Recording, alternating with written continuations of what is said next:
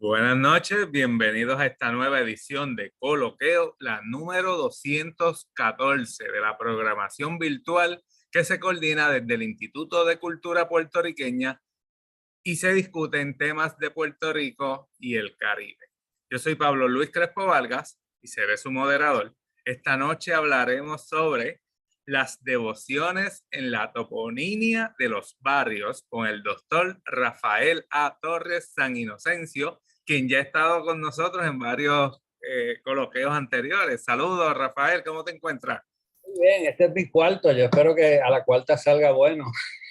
Bueno, todos han salido excelentes y como te estaba comentando de los videos en YouTube de coloqueos, los tuyos son de los más que se ven. Esto debe ser que alguien se los está asignando a los estudiantes como tortura. ¿Tú sabes cómo es eso? Pues nada, gracias por estar con nosotros nuevamente y te dejo para que comience la conferencia antes que me empiecen a regañar. ¿Quién te regaña? ¿Quién te regaña? Yo no te regaño. Mira. No, el Muy público, el público. buenas noches. Bienvenidos al coloquio de hoy.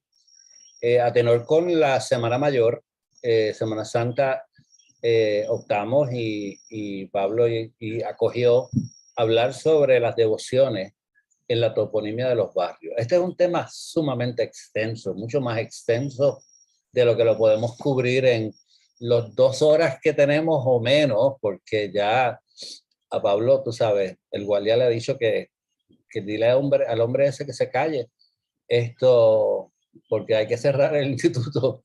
Así que vamos a hacer lo mejor posible con el tiempo. Agradecemos muchísimo su presencia y su constancia. Agradecemos también al Instituto de Cultura y agradecemos también a Pablo en su título personal que básicamente acoge estos embelecos de nosotros. Dale Jaime, saludos. Titán. Pero si me pongo a ver los chats, no hago lo que vine a hacer. Básicamente este es mi cuarto coloqueo. Espero que no sea el último. En realidad no lo va a ser porque en junio vamos a hablar de la toponimia de indígena, que es la toponimia predominante en Puerto Rico. O sea, como dice la tesis, que ya está un poquito viejita, hay que actualizarla.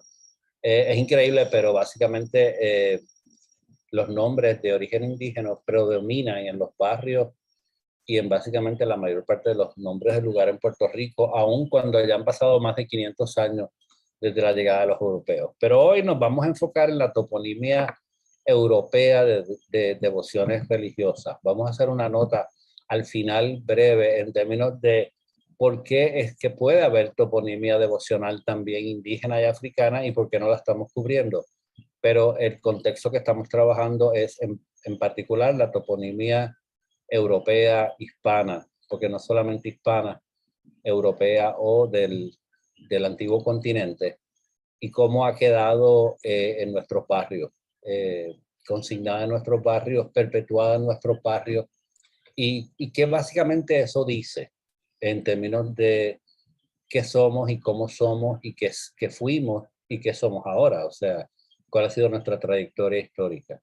Saben, les adelanto que esto se está transmitiendo por Facebook, también se está transmitiendo por Zoom, y además de eso, Pablo muy diligentemente lo sube a YouTube después de la conferencia, donde básicamente profesores pueden asignárselo a sus estudiantes como tortura. Así que, no, muchas gracias por la acogida. Quién sabe, un día de esto va y me dedico a esto full time, veremos a ver. Voy a hacer un pequeño repaso. Aquellos de ustedes que sí vieron la segunda conferencia, la primera de los barrios de San Juan como municipio, y la segunda que era sobre los barrios de Puerto Rico en general, que era el stand-up comedy fuerte, porque es tanto, o sea, gente, es cierto, son 2 volúmenes gigantescos. La tesis, yo de verdad que hice una tesis de maestría que todo el mundo me dijo que era doctoral, pero básicamente guardé el tiempo para, para básicamente esto hacer otra tesis doctoral. Es una tesis de maestría del Centro de Estudios Avanzados de Puerto Rico y del Caribe, que fue dirigida por la doctora Itza Alegría Ortega, obviamente por su tío Ricardo Alegría, la inspiración de esta tesis, y el doctor Marcial Ocasio, a quien a Itza y a Marcial les envío un especial abrazo y los hago corresponsables de que, gracias a Dios, mucha gente está buscando los orígenes de sus barrios, reconstruyendo la historia de sus barrios. Como dije en la primera sesión, cuando decidimos hacer esta tesis, casi le tuvimos que rogar a Itza y a Marcial que la dirigieran porque la gente decía que los barrios no tenían historia. Gran sorpresa. Los barrios son un elemento omnipresente y fundamental de nuestra historia, y no solamente los barrios, sino también básicamente los nombres de los barrios, pero también las estructuras de poder de los barrios, que es una conferencia que esperamos dar el semestre que viene, que es sobre los alcaldes de barrio y cómo los alcaldes de barrio se mezclan con las conferencias del caciquismo y establecen un patrón particular de cómo nosotros los puertorriqueños corremos la cuestión local, pero eso no es el tema de hoy. También eso evoluciona a un libro, y yo siempre lo digo, el libro es una obra que inauguró la colección Dr. Arturo Morales Carrión, que fue realmente la persona detrás de la disertación del caciquismo y del autonomismo del 98, uno de mis mentores principales, a quien yo le estoy muy agradecido por muchas cosas, y entre ellas la pasión por escribir. Fue publicada en 1999 y está disponible de gratis, llamando al 787-721-2087. No está disponible en las librerías. Si lo busca en Amazon y en esas cosas, posiblemente yo lo he visto hasta en $300 en Amazon, y yo digo, Dios mío, pero ¿por qué están pagando tanto por eso? Pero lo que sí les insto es que si pasan por Valleja a buscar el libro o llaman por teléfono, hagan una donación a la fundación para que la fundación pueda continuar su obra. Saludamos a la amiga Sonia Canetti, que es la nueva directora ejecutiva de la fundación y con la cual queremos hacer cositas con los barrios en el futuro. Así que el libro está disponible, es cuestión de llamar al 721-2087 e ir a buscarlo en Valleja o hacer arreglos para su envío por correo, y además de eso dejar una donación. Eso es bien importante.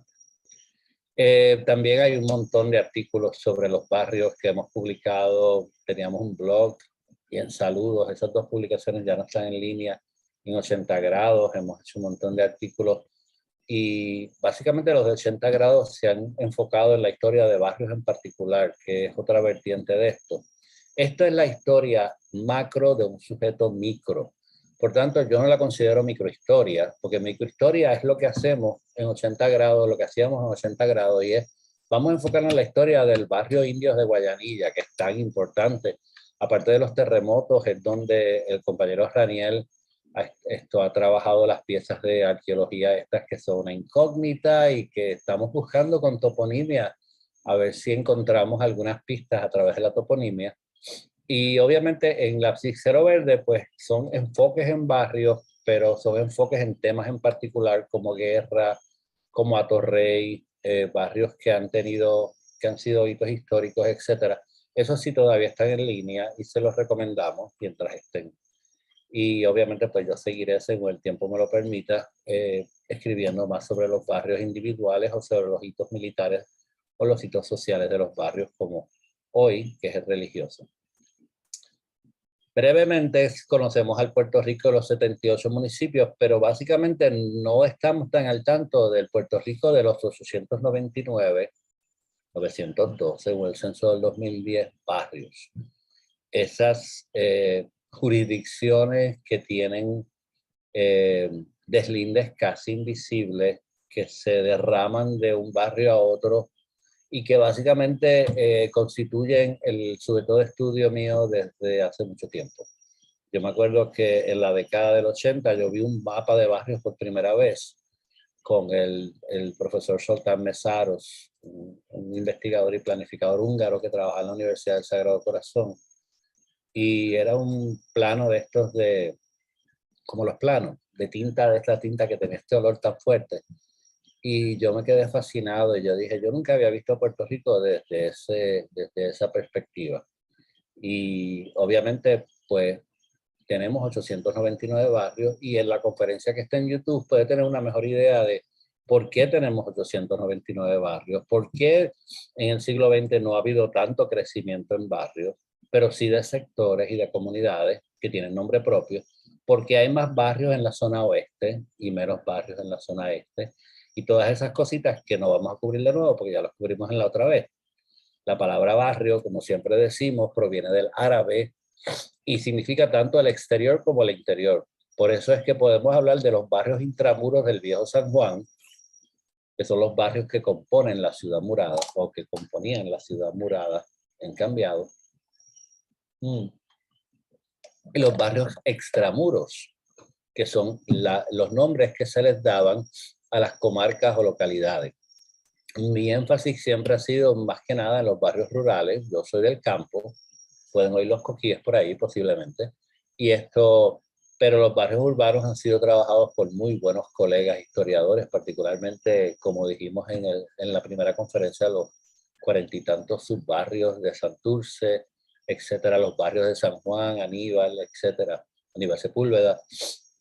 Pero la palabra denomina, que es lo más importante que queremos proyectar en este momento, tanto el interior de una ciudad como el exterior, como los nombres que básicamente denominan las comarcas exteriores rurales de una ciudad.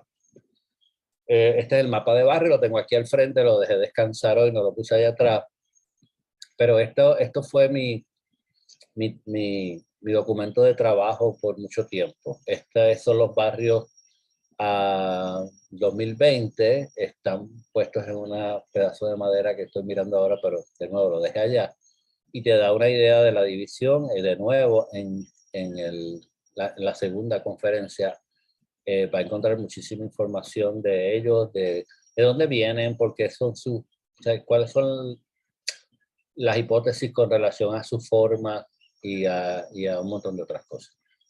Y obviamente los barrios, disculpen, son también la división principal, que mal está esa foto, que utilizamos para hacer el mapa electoral de Puerto Rico. Y cuando hablemos de los caciques de barrio y los alcaldes de barrio, usted va a entender por qué los barrios siguen siendo sumamente importantes dentro del panorama, el ecosistema, si lo podemos decir, electoral y partidista en Puerto Rico.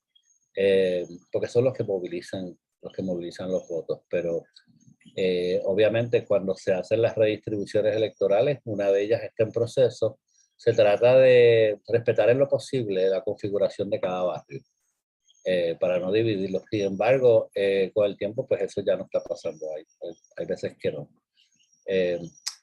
Esas listas electorales son muy importantes para identificar sectores y es muy importante para el trabajo de toponimia, porque muchos de esos sectores de los distritos electorales, o sea, en este colegio van a votar las personas que viven aquí, aquí, aquí, aquí, aquí. Y esos son los nombres de los sectores. Y esos nombres a veces son modernos, como puede ser, pues no sé, Parkville, como puede ser Sánchez Ramírez, pero algunos de esos nombres, como hemos visto, son remanentes de topónimos bien antiguos. Bien, pero cuando hablo bien antiguo, estoy hablando del siglo XVII, siglo XVI. Aquí en Guaynabo está Sao Tomé, Oyamala, que son sectores que todavía están por ahí. Esos sectores, Morcelo, porque por Morcelo pasaba la carretera central original. Eso es porque hay mito. Esos nombres son bien antiguos y los reconstruimos a través de estas estructuraciones políticas de centros de votación y cómo se dividen los centros de votación. Posiblemente las personas que trabajan recogiendo la basura son el oficial público en Puerto Rico único que tiene que ir a casi todas las casas de las personas en este país y es posiblemente la mejor fuente para saber cómo se llama cada sitio y los hemos utilizado. También, aparte de los 902 barrios, tenemos por lo menos 151 subbarrios y en el caso de Camuy, si no me equivoco, son cuarteles. Es el único municipio que tiene cuarteles en vez de subbarrios. Y obviamente, pues, en el caso, por ejemplo, de Mayagüez, pues tienes un montón y son subbarrios. Es bien difícil tú decirle a una persona, no, mire, eso no es un barrio, eso es un subbarrio, porque todo el mundo se identifica. De la misma manera, tú tienes los sectores. Ay, no, estoy fuera del sitio. Déjame ir a los sectores un momentito. No, no están los sectores, no los puse. Ok. Cada barrio, a su vez, se divide en subbarrios, o se divide en sectores, o se divide en comunidades rurales. Esos nombres, de nuevo, algunos son muy antiguos y básicamente son bien difíciles de cartografiar porque son comunidades vivas. O sea, un sector no deja de crecer porque está entrando en otro sector y aún cuando está entrando en otro municipio. O sea, por ejemplo, en Caguas, pues tú tienes un sector borinque atravesada a un lado de un barrio y el sector sigue creciendo al otro lado como borinquera atravesada porque son orgánicos. O sea, los sectores son orgánicos, son bien difíciles de cartografiar. A principios del siglo XX a los alcaldes le dio por poner estos rótulos con los nombres de los barrios y los sectores, algunos de los cuales, obviamente yo aplaudo eso, pero algunos de los cuales fueron traídos por los pelos.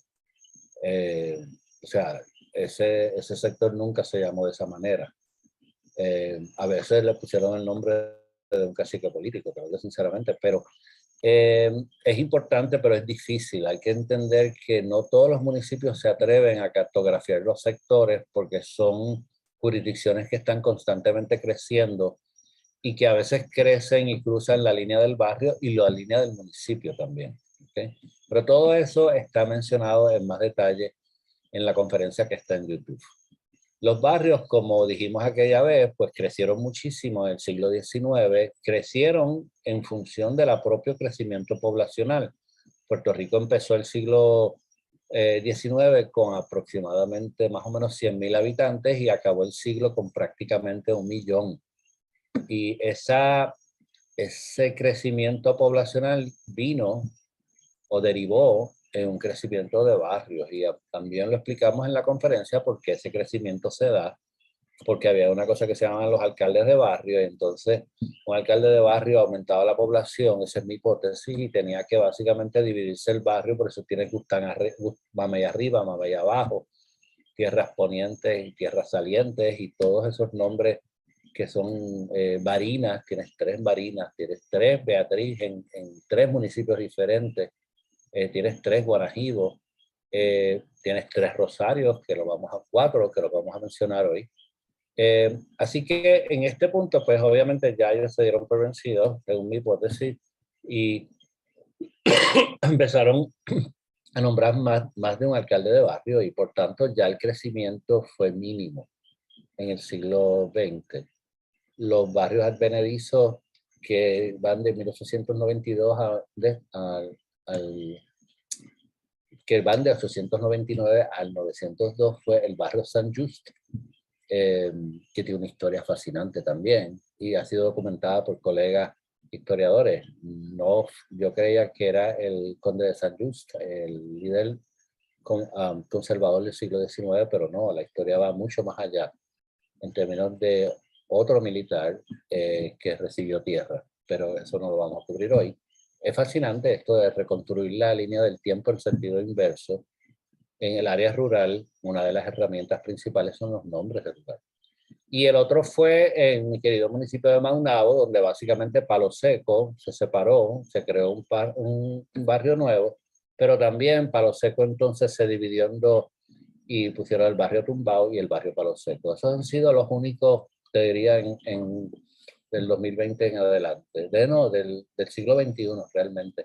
Esos 3 barrios son los únicos, los otros 899 eran cuando se escribió el libro que fue en 1999. Me fui bien lejos. Ok, y obviamente pues aquí vemos que estos barrios se crearon por ley. En los siglos XIX los barrios se creaban en la Diputación Provincial. Era un proceso bastante informal. Ya para crear nuevos barrios, pues tú tienes que básicamente hacer una ley. ¿Cuál es el impacto de crear un nuevo barrio? Políticamente o económicamente, prácticamente ninguno. Es una cuestión de identidad comunitaria, porque realmente, como dijimos en la conferencia anterior, antes sí, porque antes los barrios el alcalde de barrio colectaba los impuestos, pero ya eso es más simbólico que otra cosa. Por eso es que decimos que esa imagen de los barrios de Puerto Rico, de los 899 barrios, es una fotografía de cuál era la concentración poblacional en Puerto Rico a finales del siglo XIX. Porque los barrios reaccionaron a los cambios poblacionales y entonces se detuvieron a principios del siglo XX. Y obviamente, pues, es como si tú miras ese mapa que vimos ahorita con todos los barrios, estás viendo más o menos no una reproducción, pero una visión panorámica de la concentración poblacional en aquella época. Por eso es que tienen muchos barrios en Utuado, que es un municipio que era el segundo municipio más poblado en 1899. Y Maricao también, y Las Marías, y toda esa conglomerado de café, tenía mucha población en el siglo XIX, ya no. Ok, ese era el que estaba buscando los famosos sectores. Y como ustedes ven, Cagua fue valiente en los tiempos de Willy Miranda Marín y los empezó a cartografiar, posiblemente esto ha cambiado, pero es muy difícil, o sea, es muy difícil. Por ejemplo, Borinqueda Atravesada continúa al otro lado del barrio San Salvador, que vamos a mencionar la historia de San Salvador también, cómo llegó a ese nombre, otro topónimo religioso. Porque el crecimiento de Borinqueda Atravesada siguió y cruzó la línea del barrio, etcétera, etcétera. Lo mismo pasa muy a menudo. Pero tenemos que este es un barrio sumamente rural, esto es la parte más alta de Cagua.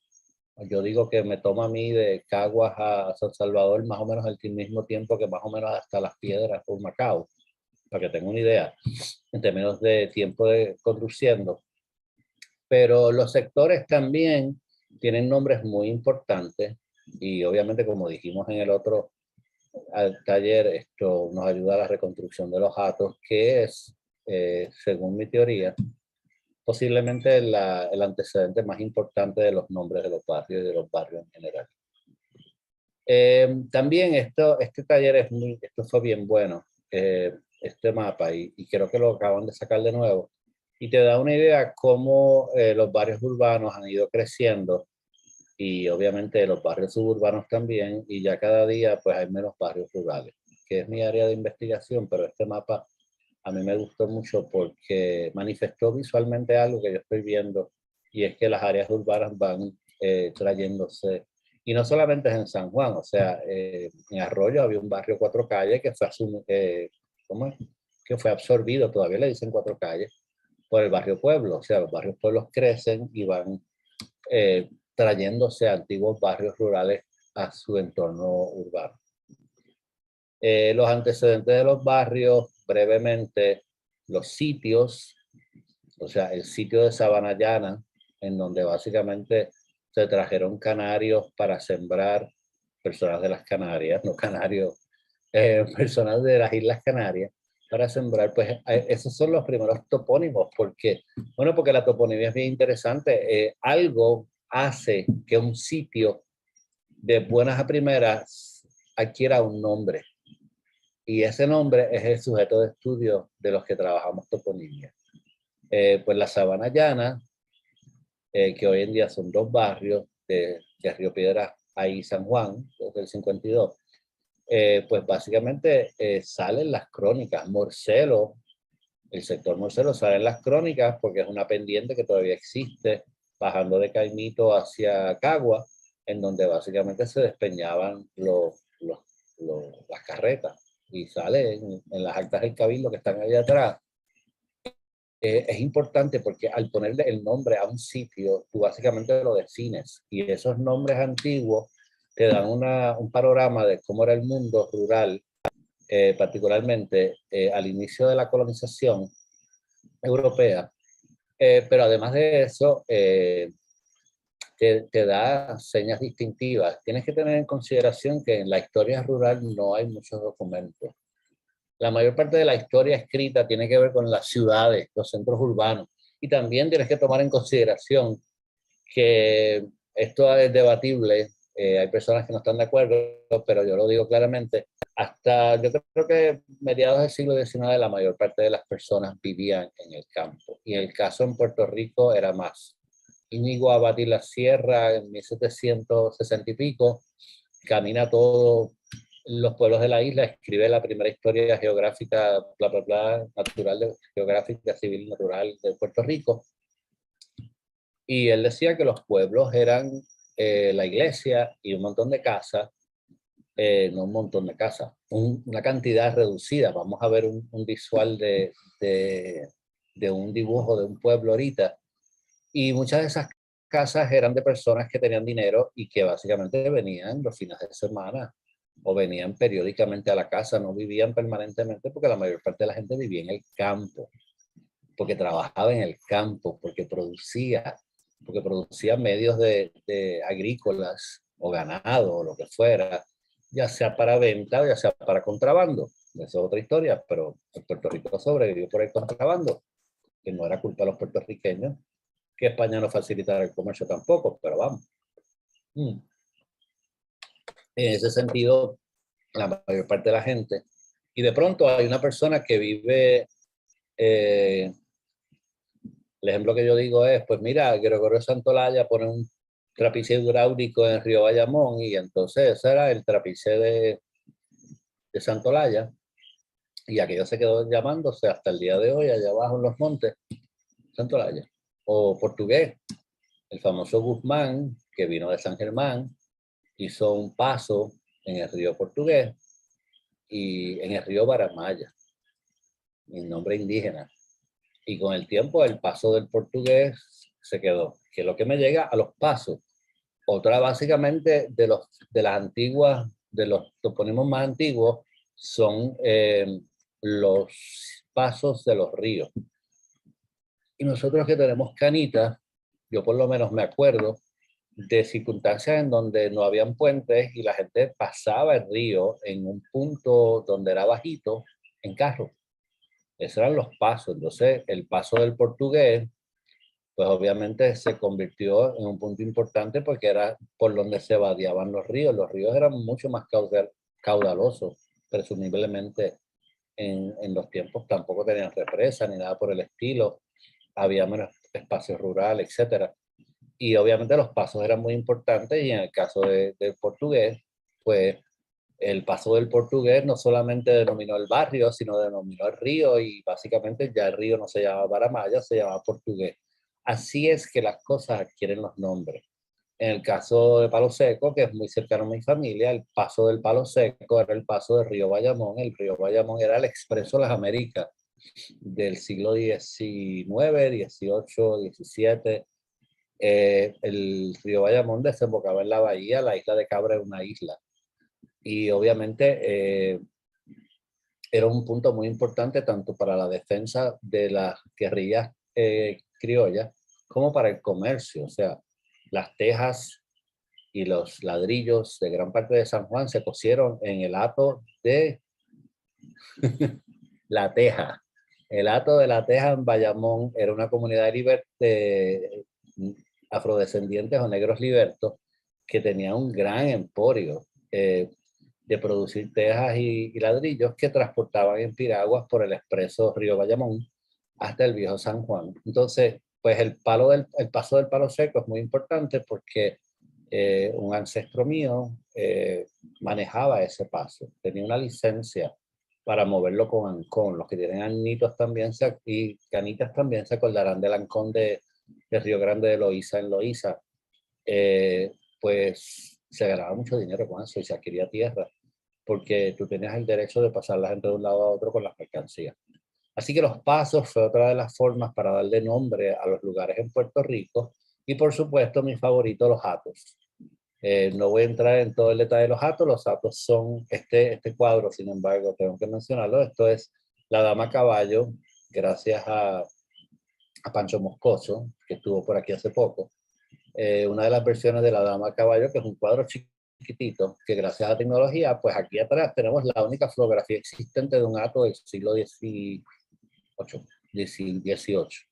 Su trapiche, su casa, su almacén, su río, su bosque, Eh, y obviamente deforestación porque se sacaba de esto producción de algo aquí que parece ser plátanos para subsistencia y mucho ganado.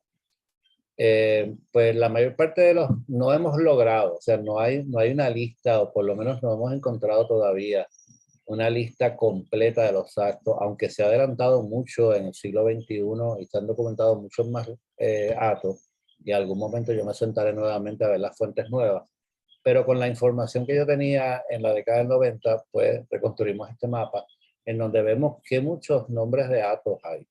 No solamente Ato Rey, ni Ato Viejo, ni Ato Nuevo, ni nada más, pero cosas como ni Ato Tejas, pero otros lugares que sabemos que eran atos por las crónicas. O sea, Muesas nos dice en 1776 cuántos atos había, pero a diferencia de Cuba y otras jurisdicciones cercanas, no se hizo un mapa, o por lo menos no sabemos de un mapa. La forma de los barrios tiene mucho que ver con la forma de los atos que inicialmente se hacían en un diámetro. O sea, yo tiraba, no sé, tantas caballerías y entonces todo ese círculo era mi ato. Pero en realidad eventualmente eran los accidentes geográficos los que delimitaban mi ato. Pero esa historia, tenemos que hacer un coloquio sobre los atos. Va a ser muy interesante porque son un factor tan importante en la historia de Puerto Rico que ha pasado desapercibido por mucho tiempo. Sugerimos fuertemente la lectura del nuevo libro del doctor Francisco Pancho Moscoso sobre los atos, entre otros, porque todo el mundo estaba enfocado en las haciendas y hasta cierto punto pues la historia marxista, los medios de producción y la marxista por política era porque básicamente le daba preponderancia a la economía y las haciendas y todo lo demás, y se los olvidaron los atos. Y nosotros vivimos de los atos en el siglo XVII, XVIII, gran parte del XIX, porque eran los que producían lo que contrabandeábamos, que nos permitía básicamente subsistir, porque las Antillas Menores europeas, los emporios de caña, no tenían necesariamente espacio ni río para sustentar ese ganado. Pero ese es un tema, yo creo que Pablo, vamos a hacer un coloquio el año que viene, el semestre que viene, después de verano, sobre los atos Sí, sí, vamos a trabajarlo. y básicamente su importancia, y tal vez podemos invitar a Pancho también para que eh, le dé también su visión mucho más estudiada. Este mapa me fascina. Este es un mapa de 1886 que me ha ayudado a mí muchísimo para identificar estos nombres de barrios desaparecidos. Y no solamente eso, yo era bien atrevido, le ponían un punto a un barrio que para mí, yo creo que nadie se atreve a hacer eso porque el barrio no tiene un centro necesariamente. Ahora hay barrios que sí, pero... Eh, así que vamos a hablar de la toponimia y vamos a llegar a lo religioso media hora más tarde. Ok, la metodología, que hay gente que dice que es experimental y que es anecdótica y que es esto, pero básicamente lo que estamos diciendo es que en la historia rural trabajamos el nombre y sigamos, como decía Mark Locke, la línea del tiempo en sentido inverso. ¿Por qué esto se llama frailes? ¿Por qué esto se llama monacillo? ¿Por qué esto se llama Santa Rosa? ¿Por qué esto se llama Santurce? ¿Y cómo se llamaba antes? San Mateo de Cangrejo. Ah, ¿y por qué se llamaba San Mateo de Cangrejo? ¿Y qué básicamente pasaba aquí? ¿Y por qué este es el barrio Mamey? ¿Y por qué este es el barrio Chupacayo de Fajardo? ¿Y qué es un chupacayo? Un chupacayo es una planta. ¿Y por qué esto es palma? ¿Y por qué esto es cacao en Patilla? Pues aquí se sembró cacao. ¿Por qué este barrio se llama Real? ¿Y por qué está en las cínsoras de la cordillera al norte de Patillas? Porque fueron las últimas tierras realengas. Y realengo no es un perro necesariamente. Realengo es una tierra que nadie ha reclamado, por tanto no tiene dueño, por tanto si no tiene dueño es del rey. Y por eso es realenga, por eso es que le llamamos a los perros perros realengos. O sea, cómo el nombre de los lugares nos ayuda y nos da pistas que a veces no están en los documentos para básicamente tratar de reconstruir esa historia rural bastante escondida. Hay otros métodos que se han trabajado también, pero por lo menos al yo tener el nombre, yo sé dónde buscar. Al yo saber que había un nombre en particular, entonces esas crónicas que publicó doña Aida Caro Costa, que son increíbles. Ahora mismo salió el libro digitalizaron el libro de Pedro Tomás de Córdoba, que yo perdí pestañas y saqué arrugas trabajando ese libro, pero ese libro es una fuente increíble de cómo eran los barrios y los municipios en 1830. Tiene muchos errores, hubo muchas correcciones. Eh, Están las descripciones topográficas de la década del 50-60 que no han sido publicadas, que están en el archivo general, que no están completas tampoco, pero que básicamente nos dan una idea.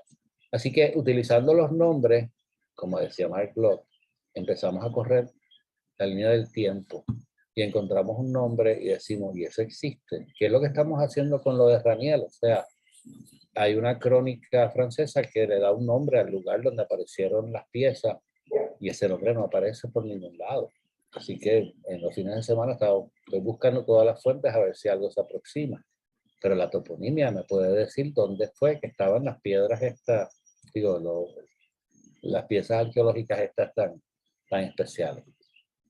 En términos de la tesis, distribuimos los topónimos de barrio en todas estas categorías. Ya trabajamos con la de municipio, pero tenemos y el nombre homónimo, o sea, el río Bayamón, el río X, el barrio se llama del mismo nombre, Guarajibo, por ejemplo, el tres barrio Guarajibo. La indígena, que la vamos a discutir en junio, que es de las más interesantes y más sabrosas. La flora, y es interesante para la historia ecológica, como la flora y la fauna, por ejemplo. Los nombres de los barrios nos hablan de cómo era Puerto Rico y ya no es. O sea, la playa de Flamingo, era así porque estaba llena de flamingos. Y el último flamingo se atipó a principios del siglo XX. O sea que era la playa o el barrio de los flamingos. ¿Ok? Y así hay muchos otros. La flora también, o sea, los barrios yo siempre uso este ejemplo, los barrios de Salinas, Santa Isabel, en esa área había un barrio que se llamaba Ausubo. ¿Tú te imaginas por donde están los mangos hoy en día, esa área? Un bosque de Ausubo, lo que pasa es que eso se tumbó para convertir a Puerto Rico en una factoría de caña. Pero si no fuera por el nombre, yo no sabría que eso era un barrio Ausubo. Y por ahí hay muchos ejemplos. Topografía genérica, como puede ser el barrio Frontón, el barrio Farallón, Ciales, que describen algo que todavía podemos ver, los antropónimos, que es muy interesante, los nombres de personas. Y ese usualmente lo hacemos para más o menos noviembre, cuando se celebra la llegada o se celebra o se conmemora o se marca la llegada de los europeos, porque hay muchos nombres que tienen que ver con la colonización que quedaron en nuestros barrios. La topografía homónima, la hidrografía, los nombres de ríos, los atos, los cotos, las haciendas, la fauna, los religiosos y los extranjeros. Y hoy en los religiosos vamos a cubrir un poquitito de los extranjeros para que ustedes vean que muchas influencias de otros países que van más allá de los que nosotros conocemos, vemos en los nombres de nuestros barrios, y lo que básicamente es que nos está diciendo es que mucha influencia hubo, por ejemplo, de los canarios, de los corsos, de otros grupos de inmigrantes, y cómo ellos dejaron su marca hasta en la misma toponimia de Puerto Rico. Por eso lo vemos ya mismo. Obviamente, en términos de los municipios, y vamos a explicar por eso, realmente yo vi como 5 municipios que tienen nombres religiosos. Pero eso básicamente no son 6. Si vemos, San Germán y San Juan son los más antiguos. San Sebastián y las Marías ya son del siglo XIX, y estoy entendiendo que las Marías no es el árbol de las Marías, sino es religioso. Santa Isabel y San Lorenzo son nombres nuevos. Santa Isabel es un municipio nuevo, era Cuamo abajo, y San Lorenzo era el Hato Grande. El nombre de San Lorenzo es relativamente... Eso no quiere decir que cada uno de los municipios, como vamos a ver, tenga un patrón o un santo patrón en su nombre. ¿Okay? Ese santo patrón en su nombre a veces persistió como el nombre del municipio en algunos pocas instancias. En otras instancias, obviamente, pues persistió como el nombre de la parroquia o del patrón, de donde vienen las famosas fiestas patronales, o sea, San Miguel de Arecibo, etcétera. Pero eso lo vamos a ver ya mismo. Así que hay toponimia religiosa municipal, pero está escondida en el nombre completo original del pueblo. Y lo vamos a ver ya mismo. La toponimia religiosa, aparte de las ciudades como San Juan y San Germán, como vimos, los asentamientos iniciales, como San Juan y San Germán, de las primeras edificaciones o establecimientos religiosos que se dieron fuera de las áreas principales, lo que hoy llamamos las áreas rurales o los pueblos principales, fueron las ermitas. Las ermitas fueron el origen de algunos barrios y de muchos municipios en Puerto Rico. Es un mito esto que dicen que la gente iba a misa todos los domingos, ¿ok? Lo siento por los católicos. En los tiempos de antes, hasta cierto punto tu precepto de ir a misa estaba determinado por la distancia que tú estabas de la iglesia más cercana, ¿ok? Definitivamente en Viernes Santo había que hacerlo y la gente hacía romerías, y yo he visto romerías que todavía se hacen en Costa Rica, que la gente baja de las montañas a caballo. Y obviamente en Navidad, misa de gallo, ese tipo de cosas. Pero realmente la gente no tenía que bajar del monte todos los domingos. Eso es una gran exageración. Y eso se terminaba. Ante la necesidad de tener esto, ermitas, o sea, de tener establecimientos donde se pudiera, son como capillas de culto religioso, algunos dueños de hatos principalmente empezaron a construir ermitas, que es una pequeña capilla que servía a una comunidad aislada y distante de los núcleos poblacionales principales. Muchas de esas ermitas fueron el origen de eventuales parroquias, y las parroquias, en muchos casos, fueron parte del origen de los poblados. Quedan ermitas en Puerto Rico, vamos a ver dos o tres de mis favoritas, la de la Candelaria en Toa Baja, que aunque usted no la ve, está en el medio, está ahí metida, entre Levitown y Cataño, y está gritando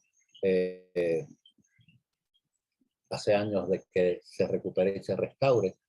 La ermita de la Candelaria es muy importante y no puedo enfatizar más porque está muy vinculada también a este otro personaje que está siendo rescatado, que es Miguel Enrique, porque era parte del plantaje, pero no voy a entrar en eso porque no acabo. Un personaje súper interesante y que se merece un coloquio completo. Otra ermita que me dijeron que estaba muy deteriorada después de los terremotos es la ermita del barrio Barinas en Yauco. Y mire esos arcos. Yo creo que son góticos, no quiero decir porque eso no es mi área. Pero yo llegué a ver esa ermita y es fascinante. De nuevo, está allí esperando que alguien la recupere. Como la distancia hacía difícil asistir a misa, básicamente se creaban estas ermitas, especialmente en áreas de producción, en áreas donde había buena producción, había buena actividad, ya sea de hatos o en hacienda, etcétera. Y obviamente nos quedan muy pocas ermitas. No todas las ermitas pasaron a ser parroquia, como ya dije, pero hay que recuperarlas. También está la ermita de San Antonio de la Tuna, en Isabela, que esas sí fueron rescatadas, que fue la primera fundación de lo que hoy conocemos como Isabela, y ahí gran parte de la ermita, y eso es bien viejo, ha sido protegida, restaurada, y está allí como un punto de interés turístico cultural. Como ven, los antiguos asentamientos era la iglesia y dos o tres casitas, o sea, la gente vivía en el campo, y los antiguos asentamientos obviamente adquirían nombres, y esos nombres usualmente estaban vinculados con un santo. Ya voy con la ermita del Espinal, ya está en lista. Estás panasónico, Jaime. en ese sentido tenemos que visualizar que las iglesias, esta visión de nosotros de los centros urbanos debe ser reconsiderada porque en Puerto Rico la acción estaba en los campos, pero la iglesia tenía que llegar, el culto tenía que llegar a los campos y facilitarlo por razones religiosas y por razones también del control que tenía tanto la parte eclesiástica como la parte política en la vida de los puertorriqueños, porque la iglesia era tenía mucha influencia. Las ermitas, dos de las más conocidas, la de la Señora de la Candelaria y la Señora de Rosario en San Germán, básicamente persisten hoy en los nombres de los barrios de la Candelaria, que vamos a hablar, y de Rosario también vamos a hablar de ello, y de la influencia de los canarios. La gente no está consciente que las Islas Canarias fueron colonizadas por España, yo creo que 20 años antes del descubrimiento de la llegada de los europeos a América. O sea, las similitudes entre las Canarias y Puerto Rico van más allá de la música y de la forma de hablar. Obviamente a Cuba se fueron muchos canarios y a Puerto Rico también, pero a Cuba se fueron más. E influenciaron muchísimo. Me acuerdo aquella serie fantástica que se llamaba Tenderete, y yo me quedaba increíblemente impresionado por la similitud. Pero los canarios eran, vamos a ponerlo así, comunidades colonizadas.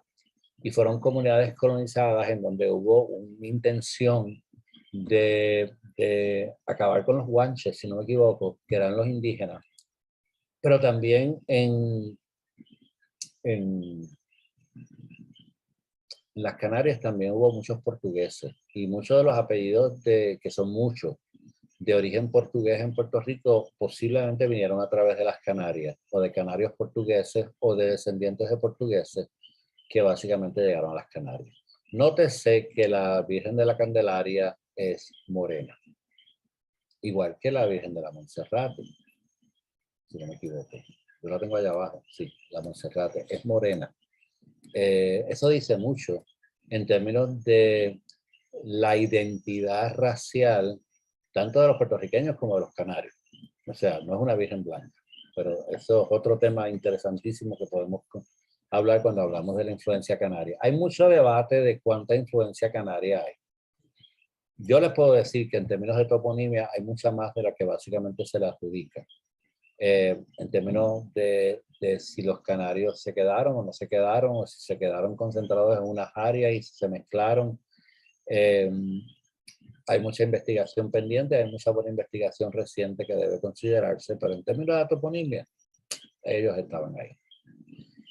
Por ejemplo, los tres barrios Rosario de San Germán fueron originalmente uno solo, bajo el nombre del barrio Santuario de Rosario. El barrio Rosario es una de las pocas parroquias en Puerto Rico que no evolucionaron en un municipio. Saludos a mis queridos amigas y amigas del barrio Rosario, son gente muy orgullosa de su barrio.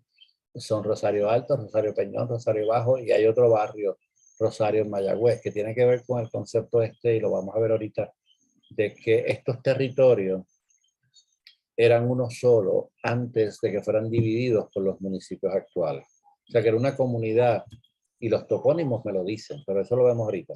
También el barrio San Antón de Ponce, que es tan importante y tiene tanta tradición, fue también una ermita de a don Antonio Abad y Rodríguez, mandó elegir en honor a San Antonio Abad, y no es la única. También creo que en Humacao se dio otra ermita de eso. Así que obviamente la toponimia religiosa se manifiesta en las ermitas. Las ermitas en muchos casos le dieron los nombres a los barrios. En algunos casos las ermitas evolucionaron a iglesias, en algunos casos las ermitas se quedaron abandonadas, como la que ustedes vieron, y en otros casos llevaron a parroquias que básicamente movilizaron el que se creara un pueblo. Tal vez lo vamos a ver, Esperanza en Arecibo y Rosario en Mayagüez, San Germán fueron las únicas parroquias, lo vamos a ver ahora, que no evolucionaron en un municipio. Todas las demás prácticamente. Con el tiempo muchas ermitas evolucionaron en parroquias y estas en aldeas y municipios. Usualmente la ermita antigua que estaba en la ribera del río, cerca de un hato, en un centro de producción, iba creciendo, se convirtió en una parroquia y básicamente se conseguía a algún dueño de tierra o que donara una tierra para básicamente hacer lo que llamaban el ejido, que es el área alrededor del pueblo.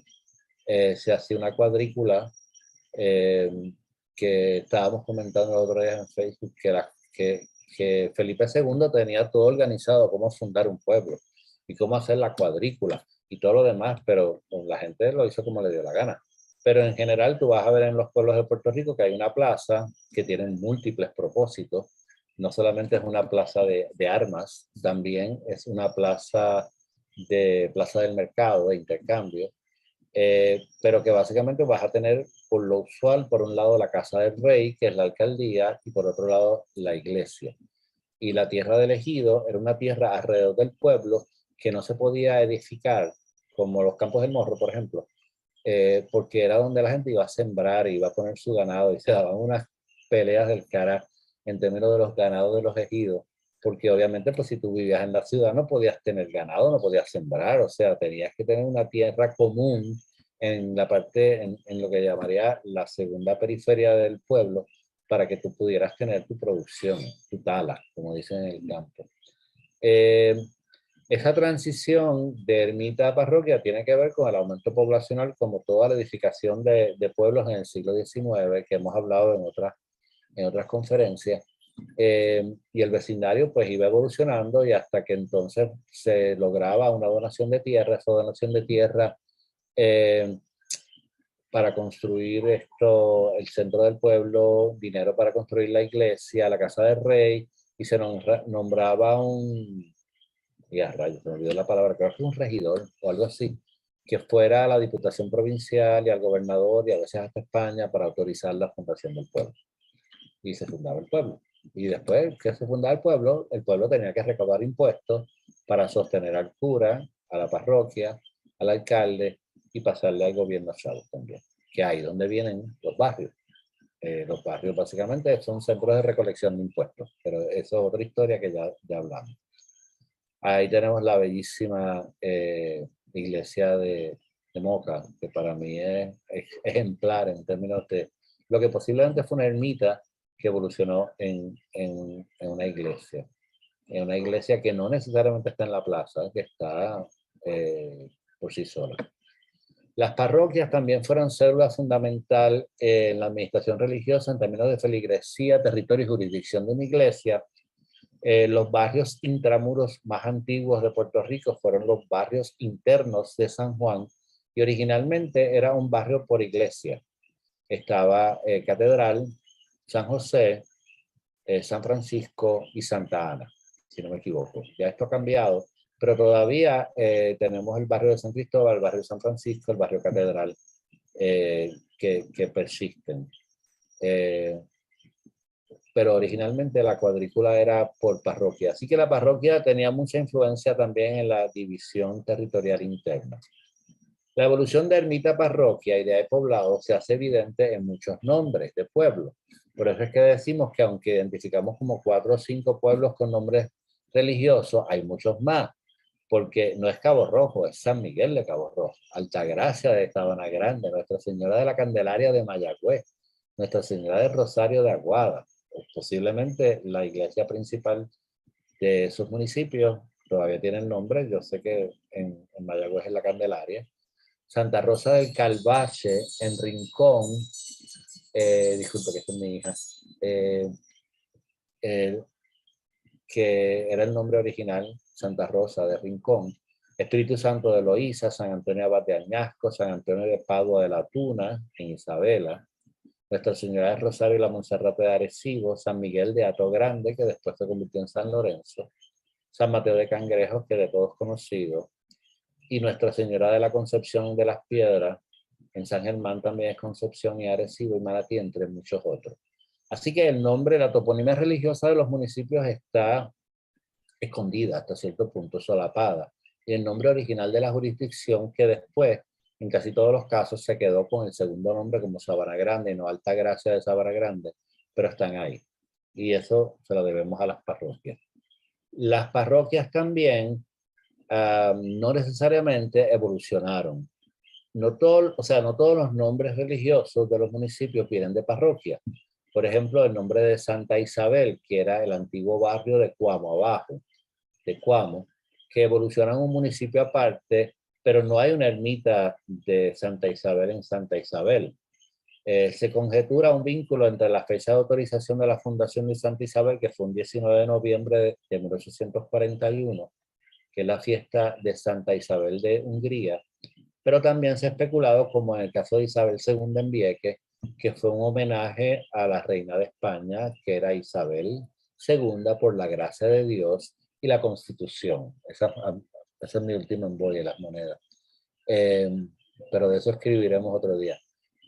Cómo las monedas proyectan hechos históricos y actitudes y un montón de cosas que antes yo no las entendía, pero vamos. Así que en caso de Santa Isabel el nombre no vino de una ermita necesariamente. En las parroquias no todos los nombres religiosos de pueblos provienen de antiguas parroquias, y dijimos ya que hay dos jurisdicciones. La parroquia de Rosario en San Germán, La Esperanza en Arecibo y Santa Cruz de Trujillo Alto, de Trujillo Bajo, perdóname. Hubo un municipio que se llamó Trujillo Bajo, igual que hay uno que se llama Trujillo Alto, que desapareció, que fue anexado en gran parte por San Fernando de Carolina, y Florida en Barceloneta, que no es la Florida que después en 1968 fue municipio. Fueron parroquias que no evolucionaron en poblado, pero sí están presentes en los nombres de los barrios. Así que hay dos Floridas en el área de Barceloneta, Florida el municipio y el barrio Florida de Barceloneta. Santa Cruz, que es un área muy importante en Carolina, era parte de Trujillo Bajo, Esperanza y Rosario, que ya lo vimos. Lo que pasa es que habían dos jurisdicciones, o sea, tú tenías la jurisdicción política y tú tenías la jurisdicción religiosa, y se tenían que poner de acuerdo y requería la autorización de un gobernador, mientras que las parroquias las autorizaban los obispos, y estas dos autoridades, aunque tenían mucha fuerza e influencia, no siempre estaban compaginadas y a la par. Así que en algunos casos no era obvio o no fue obvio la evolución de una parroquia a un municipio. ¿Okay? Pero en muchos casos sí lo fue. ¿Okay? Y tampoco fue obvio la evolución de una ermita a una parroquia, de una parroquia a un municipio. Algunas se quedaron por el camino, y obviamente toca a los historiadores locales en muchas formas documentar eso, porque como dijimos, siempre hemos dicho con la investigación de los barrios, nosotros estamos tratando de hacer un panorama de los barrios general, pero toca a los investigadores locales trabajar con las pistas que nosotros tenemos y las que surgen, las historias de sus barrios locales. Y de nuevo digo, en 1999 nadie quería dirigir mi tesis, porque los barrios no tenían historia. Mira que mucho hemos caminado desde entonces, 22 años. Y ahora todo el mundo está estudiando historias de barrio, lo que me fascina, y me fascina que me rebatan. O sea, me fascina en que después de un tiempo nos hemos dado cuenta que el condado no tenía nada que ver con Ubarri, sino que el condado tiene que ver con el conde de Cumberland. Así que por ahí viene un libro excelente del condado. Creo que es de Enrique Vivón o de Aníbal Sepúlveda, alguno de los dos los aprecio mucho. Que estoy pendiente de que salga porque estoy loco por verlo. Y nada, el trabajo del historiador es básicamente hacer lo que le toca en su tiempo, y si es necesario que sea rebatido por estudios posteriores, pues que lo sea. No tengo ningún problema. Mira, Luis Burset, que yo creo que ustedes han tenido aquí, Luis Burset obviamente hizo pedazos algunas de las teorías de Don Generoso que yo utilizo en mi investigación de barrio. Las di por buenas. Él la investigó porque fue a los archivos y encontró que, mira, eso no necesariamente es cierto. Y yo me alegro muchísimo. Luis es un excelente colega. Que básicamente esta investigación ayude a otras personas a enfocarse en estos temas, y básicamente me rebatan si es necesario y aclaren la verdad, o por lo menos la verdad en ese momento. La toponimia religiosa es responsable de por lo menos 45 topónimos o barrios, de topónimos de barrio, o el 5% de todos los barrios del país. O sea, cuando hablemos en junio de la toponimia indígena, ustedes van a ver la diferencia. ¿Por qué la toponimia indígena es tan predominante? ¿Por qué la toponimia religiosa europea es limitada? Pero aún así tú tienes en Humacao 4 barrios que son Candelero arriba y Candelero abajo, que tienen origen religioso. Punta Santiago, por supuesto, los queridos amigos de P6 de Punta Santiago, que obviamente es una alusión a Santiago y que es una historia larguísima. Esa comunidad, yo creo, yo he teorizado por escrito que realmente puede haber sido el antiguo Santiago del Daguao, no allá en Rupert Roads, que fue un asentamiento que se intentó hacer para competir contra San Juan y que fue eliminada por los indios taínos, raya caribes, dependiendo como tú lo veas, que estuvieron 100 años sin permitir ningún asentamiento en la costa este de Puerto Rico. O sea, eso de que las guerras indígenas se acabaron en 1511, eso es una visión muy hispanofílica de la historia de Puerto Rico. Y decir que esos fueron caribes tal bien no necesariamente es así. Pero también tienes el barrio, en esa área tienes Mariana, que básicamente es un barrio que tiene una vocación religiosa. ¿Y cuál es el otro? Candelero Arriba, Punta Santiago y Mariana, ya lo vi. San Germán y Utuado tienen 3 cada uno. Algunos ejemplos de los barrios, y no puedo bregar con los sectores porque estaríamos hasta ahí, el día de Pascua, pero sacamos algunos de los principales: San José, que tenemos una historia comiquísima en Quebradilla; Viejo San Juan, San Isidro en Culebra, San Lorenzo en Morovi. Fíjate, Morovi hay un barrio San Lorenzo que no es Hato Grande. San Patricio en Ponce, San Salvador en Caguas. San Salvador y San José son topónimos nuevos y vamos a explicar por qué son topónimos nuevos y por qué fueron hasta cierto punto saneados religiosamente para darles nombres más nuevos. La Santa Catalina, Santa Isabel, Santa Olaya. Santa Olaya, ok, ahora explico. El fervor mariano en Purísima Concepción, en Las Marías, Rosario, en Mayagüez y San Germán, que son 4 barrios, y Mariana en Humacao y en Naguabo. Esto de que se repitan, por supuesto, tiene que ver con que posiblemente eso fue un hato, y un hato mucho más grande, como Beatriz, por ejemplo, en la parte sur de Cagua, y que cuando se crean los municipios se dividió ese hato, que era más antiguo, pero el nombre se quedó en 2 y 3 municipios. Lo mismo pasa en Barinas, que es donde está la ermita, que tiene 3 municipios que tienen barrio Barinas, si no me equivoco. Hay que tomar en cuenta de que el que sea un nombre religioso no necesariamente tiene que ver con una vocación religiosa, porque Santolaya en Bayamón tiene que ver con Gregorio Santolaya, ese era su apellido, eso es un antropónimo, pero hay que contarlo anyway, porque sigue siendo un nombre religioso. Y así también hay otros casos también que no vamos a entrar ahora, que cuando hablamos de los antropónimos lo pregamos. Otros tienen que ver como Cruz en Cruces, Santa Cruz en Carolina, Ángeles en Utuado y Encarnación en Peñuela. Esos son topónimos claramente religiosos de nuestros barrios. Los barrios y los sectores, estos nombres están relacionados también a veces con antiguas haciendas e ingenios.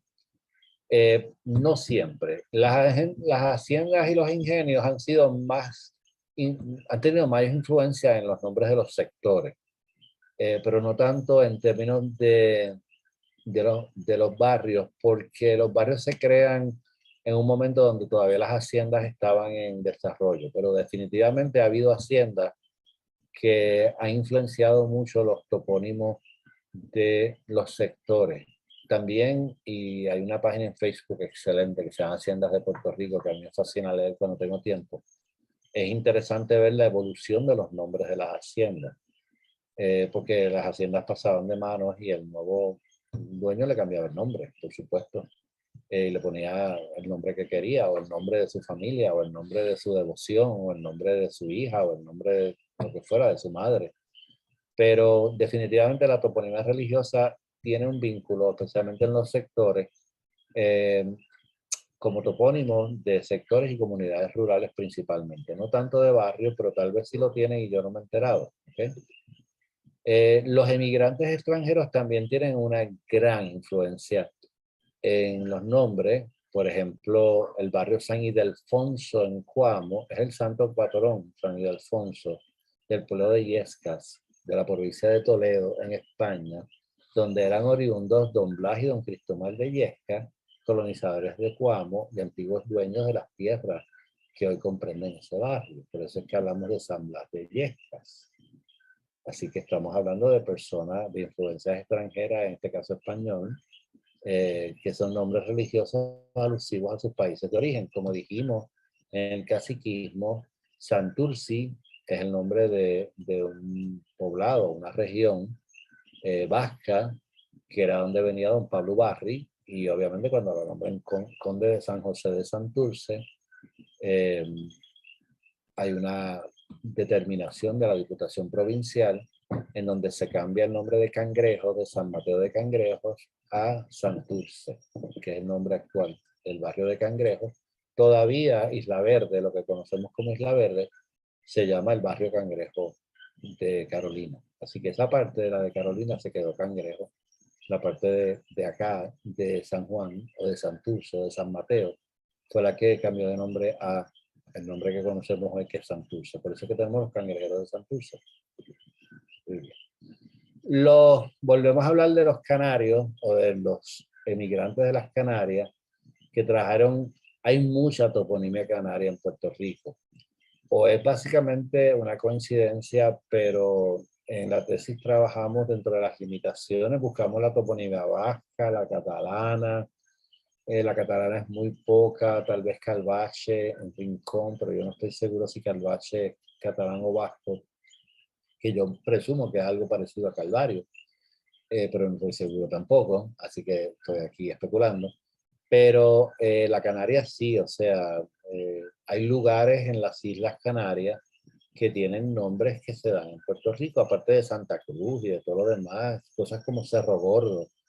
Es un topónimo aparentemente muy común en las Islas Canarias, que también eh, se convirtió en un topónimo de muchos barrios en Puerto Rico. Hay varios barrios, Cerro Gordo, en Bayamón, en el área oeste, suroeste también.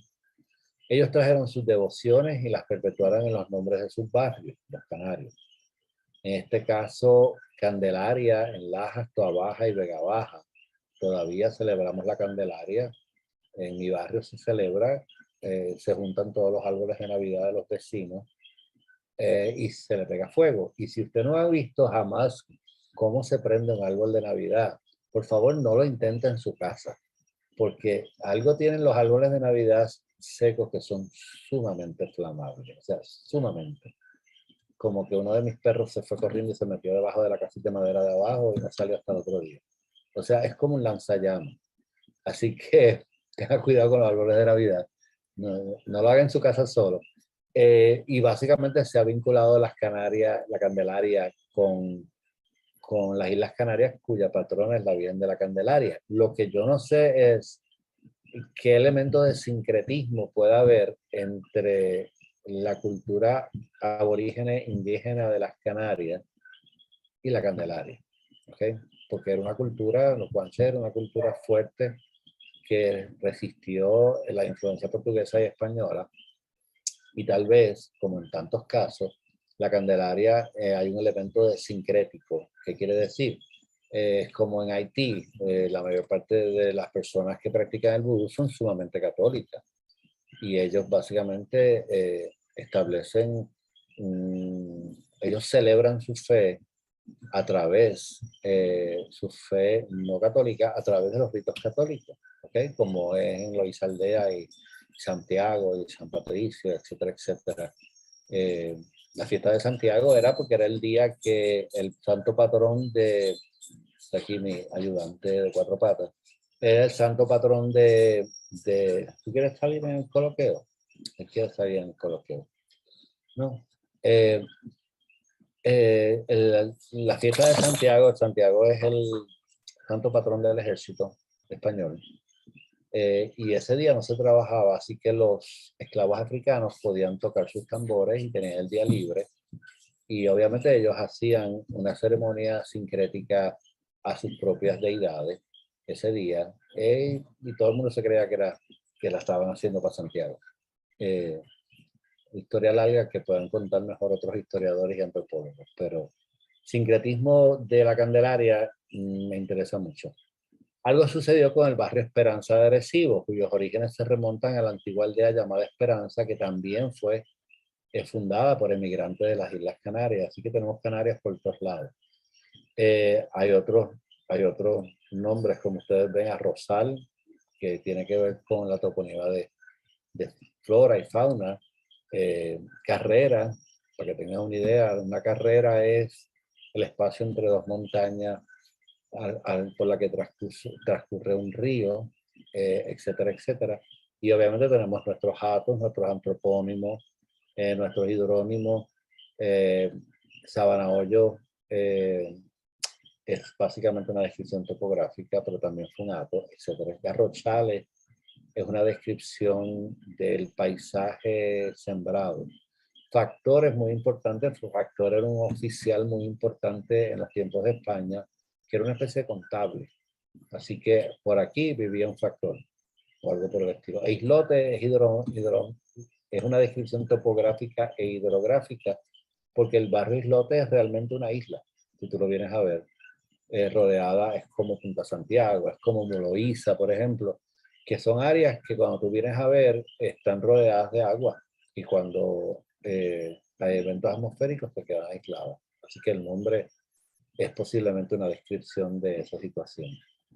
Los canarios también parecen ser responsables de los 4 barrios del nombre del barrio Rosario, que lo hemos mencionado varias veces, que tenemos 3 en San Germán, Rosario Bajo, Rosario Peñón, Rosario Alto, y básicamente uno en Mayagüez. Tengan presente que San Germán se le dice la madre del municipio, o algo por el estilo, porque San Germán era un espacio bien extenso, del cual se fueron saliendo diferentes jurisdicciones para constituirse como municipios aparte. El último fue Guánica, pero Yauco, muchos de ellos.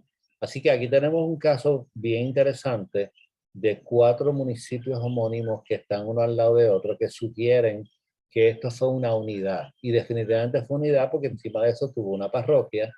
Y obviamente también el Rosario es un nombre que existe en Tenerife, una de las islas Canarias, por lo cual se ha vinculado especulativamente a las Canarias también. Así que eso le toca a los historiadores locales averiguar. Jaime, aquí está tu ermita. Las órdenes religiosas también tuvieron una influencia significativa en la toponimia y en la tenencia de tierras en Puerto Rico. Tal vez la más conocida es el barrio Espinar de Aguada. Recuerden que Aguada fue una de las primeras áreas de colonización en Puerto Rico en los tiempos de la llegada de los españoles. Y pues la historia es bastante larga, pero se habla de que se creó un monasterio, creo que franciscano, en esa área, que fue saqueado o por los caribes, o por los franceses, o por los taínos.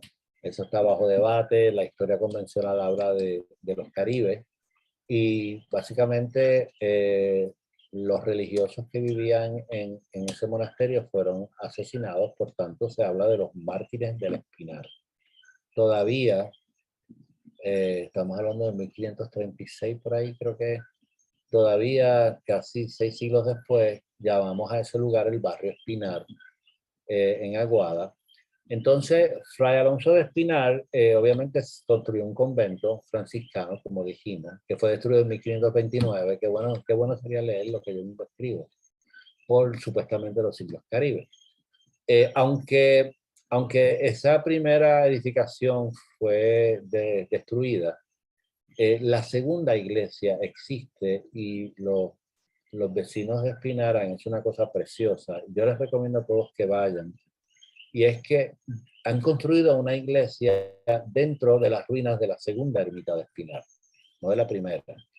Y como ven, y las fotos no necesariamente le hacen justicia, esta iglesia tiene una iglesia dentro de la iglesia. Y les invitamos a que ahora, esta Semana Santa, cuando usted esté en el área oeste, se dé una vueltita por el Espinar y pregunte cómo llegar allí y la vea. Las misas no son espectaculares porque se ponen muchas velas en las antiguas ruinas y es una misa media luz que realmente es muy, pero que muy especial. Es muy espiritual Y es interesantísimo estar en unas ruinas tan antiguas en servicio, no solamente estar en unas ruinas tan antiguas, sino que estar en unas ruinas tan antiguas que no han sido necesariamente reconstruidas y contemporanizadas, algo así, o sea, hechas, reconstruidas dentro de una visión histórica, pero reconstruidas hasta cierto punto con materiales contemporáneos. Así que se las recomiendo. Así que el Espinar. Pero las órdenes religiosas tuvieron otros, y estamos terminando, tuvieron otros impactos. Yo vivo cerca del barrio Santa Rosa, mis hermanas viven cerca del barrio Fraile, y básicamente el barrio Fraile se convirtió, el de Guaynabo, Guaynabo San Juan, se llamaba el barrio Quebrada de los Frailes, y el barrio Santa Rosa se llamaba Santa Rosa de Lima. Estamos hablando del siglo XVIII, XIX. Todavía en las parcelas de Santa Rosa, todavía hay una parroquia que se llama Santa Rosa de Lima. Esos son gran reflejo de la influencia que tuvieron los dominicos en Guaynabo y en Bayamón. Yo me acuerdo que en mi juventud, bien juventud, en donde era un sitio, un lugar que se llamaba Cuatro Calles, que unos tapones espectaculares, que es más o menos donde está la carretera de los Filtros, ¿ok? La intersección entre lo que es la Martínez Nadal hoy y la carretera que llamamos Los Filtros, que viene hacia Bayamón, obviamente no existía, eran carreteras muy pequeñas. En ese espacio, donde hay urbanizaciones ahora, todavía cuando pequeño había unas tierras que pertenecían a la iglesia y había un convento abandonado en esa área. No creo que era el convento original de los frailes, pero fíjate, siempre me llamó la atención de que sí, yo preguntaba, ¿y qué es eso que está ahí, que entre todo ese bosque? Me dice, mira, esos son unos frailes. Así que posiblemente persistió eso. Asimismo, el barrio Monacillos, que es equivalente a Monaguillos en San Juan, pueden ser resultados de una cosa que queremos explicar, que es otra cosa fascinante, que si yo tuviera tiempo me dedicaba a investigar, que son las capellanías. ¿Por qué traemos las capellanías? Porque las capellanías puede ser la razón por la cual hay tantos barrios, especialmente en el área más urbana de San Juan y su periferia, que tienen nombres religiosos. ¿Qué es la capellanía? Pues imagínense la capellanía que varias personas que son religiosas, que yo aprecio mucho, han cuestionado esto, pero es cierto, está en la historia de la iglesia. Es una especie de indulgencia, y las indulgencias existen, gente, porque yo estaba en una iglesia donde han hablado de indulgencia. Indulgencia es hacer algo por la iglesia a cambio de que la iglesia abre por ti. ¿Ok? Básicamente suena como una transacción, es posible que lo sea, pero es hacer una aportación de alguna manera al clero. Eso es cierto, Jaime. Ahorita hablamos de eso. La Virgen del Carmen es la patrona de los pescadores y es una vocación muy antigua. Palo Seco también es la Virgen del Carmen. Pero vuelvo acá, porque me interesa la capellanía, porque es el penúltimo tema que vamos a cubrir. La capellanía era, vamos a decir que yo soy una persona afluente, que tengo tierra, que tengo hatos, que tengo hacienda. Y estoy en este momento de mi vida en donde estoy pensando que la vida no va a durar mucho tiempo. O sea, que yo estoy como que en el final de la película de mi vida. Y usualmente las personas que están al final de la película de su vida empiezan a preocuparse de qué va a pasar cuando yo me muera. Yo voy a ir al cielo, voy a ir al infierno, o sea, estamos hablando del siglo XIX, gente. Básicamente la visión religiosa era más abrumante y más predominante. Y esto se dice que ha habido muchas capellanías a través de la historia, desde Miguel Enríquez hacia abajo, principios del siglo XIX. Pues mira, yo básicamente hago un acuerdo con una orden religiosa y yo le doy algo a esa orden religiosa a cambio de que oren perpetuamente por mi alma. ¿Okay?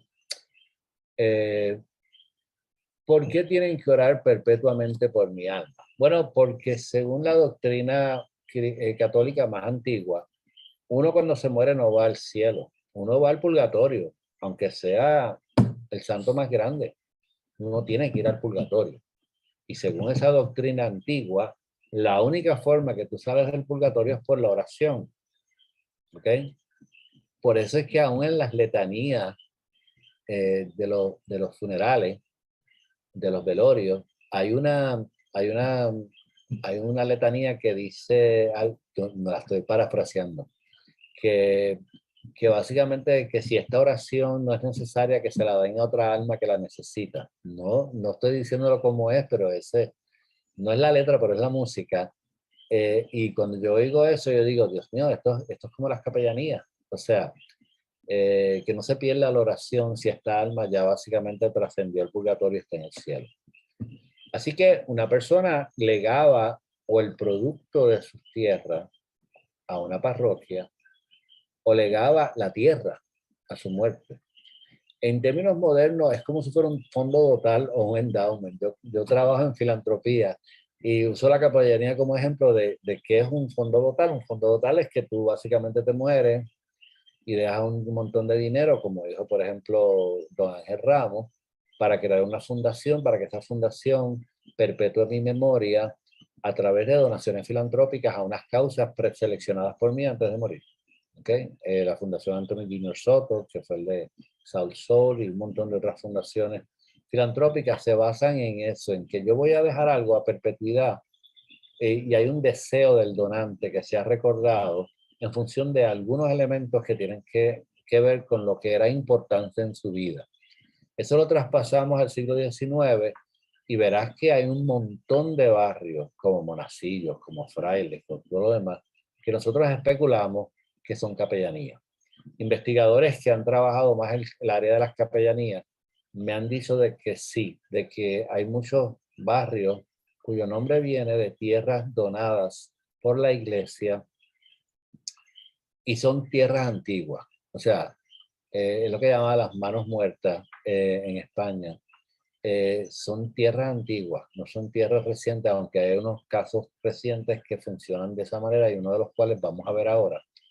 Es muy interesante porque hace lógica. O sea, yo voy a dar un endowment de oración, un fondo total de oración, un fideicomiso de oración, para que perpetuamente alguien todas las mañanas se levante y ore por mi alma para ayudarla a salir del purgatorio. A cambio de eso, yo te voy a dar la tierra o te voy a dar el producto, porque habían capellanías que era solamente lo que producía ese hato. Pero eventualmente el hato pasó a las órdenes religiosas. Por eso es que en el siglo XIX hay una situación muy importante, que yo no voy a entrar en detalle, que se llama la desamortización, que se da en América, pero se da especialmente en España, en donde la corona empieza a tomar las tierras de la iglesia que no estaban siendo productivas. Acuérdate que viene una monarquía, bueno, acuérdate no, viene una monarquía borbónica que es francesa, que es un poquito más capitalista o precapitalista o mercantilista, o sea, en otras palabras, que cree que hay que sacarle producto a las colonias y a las tierras. Y se da un proceso en donde muchas tierras pasan de la iglesia al Estado y muchas tierras son distribuidas entre labradores para que las produzcan, porque antes estaban en las manos muertas de la iglesia, que simplemente tenía las tierras y no las utilizaba. Pero todo ese asunto de la tenencia de tierra es tan interesante. De nuevo, Pancho Moscoso es una de las personas que más ha trabajado, investigadores españoles han trabajado en Puerto Rico. El nombre, no se me olvidó el apellido, pero el nombre es Almuneda, el libro está por ahí. Es interesantísimo el trabajo que ella hizo, parece que fue su tesis doctoral. Pero las capellanías es un asunto fascinante que merece más estudio en Puerto Rico en términos de cuál fue la influencia de la fe y de la necesidad de que las personas se sintieran seguras de que iban a orar por su alma una vez murieran, en el intercambio de titularidad de tierras en Puerto Rico a manos de la iglesia. Y cómo eso se ha manifestado, cómo eso sería casi invisible si no fuera por los nombres de los barrios Monacillo, los barrios Santa Rosa, los barrios frailes, que hay un montón de barrios frailes, inclusive uno de los más importantes, pero te lo voy a decir ahora. La capellanía y su impacto socioeconómico es un asunto poco estudiado en Puerto Rico, pero que nos consta aún hoy en los nombres de grandes extensiones de tierra que aparentemente pertenecieron una vez a la Iglesia Católica. Por ejemplo, yo sé que hay un trabajo toponímico con relación al nombre de Piñones, pero antes de que Piñones, que es el único bosque real, bosque húmedo en Puerto Rico, en ese sentido, ¿cómo se llama? Es un wetland preservado, a pesar de todos los intentos de que no fuera preservado. Antes de que Piñones se llamara Piñones, se llamaba el Hato de los Frailes. Y yo sospecho que fue una capellanía. Y todavía en esta parte, en la parte de Piñones que da hacia lo que era Lancón o el puente hacia Loíza, el actual municipio de Loíza, todavía en esta sección hay un sector que se llama Los Frailes. Es igual que en Patilla hay un sector que se llama, Dios mío, ¿cómo se llama este hombre? Cofresí, que se especula, se dice que más o menos por esa área fue que apresaron a Cofresí. Yo no sé, eso habría que investigarlo más. Pero en los sectores nuevamente se preservan los nombres a veces más antiguos de las localidades y definitivamente el Hato de los Frailes tiene que haber sido una extensión sumamente interesante. Puede haber sido una extensión que en aquel momento tenía mucho menos valor del que tenía ahora porque era un manglar y la gente no le gustaban los manglares, pero un área de producción que posiblemente benefició por siglos a la iglesia hasta que la iglesia pues, decidió venderlo para crear. Así que los frailes están ahí. La capellanía, yo considero la capellanía más moderna en Puerto Rico, fue la que hizo don Pablo Barry, que yo sé, don Pablo Barry Capetillo vuelve de nuevo como Barry, que fue el gran cacique puertorriqueño del siglo XIX, presidente del Partido Español sin condiciones.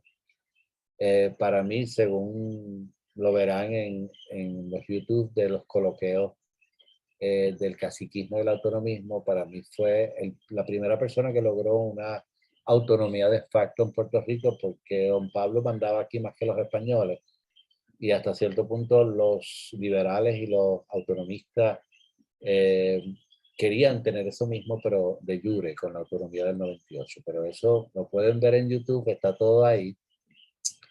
Cuando don Pablo muere, no sé si fue don Pablo o su hijo, que también se llama Pablo Barry, el segundo apellido era un apellido bastante complicado, vasco también.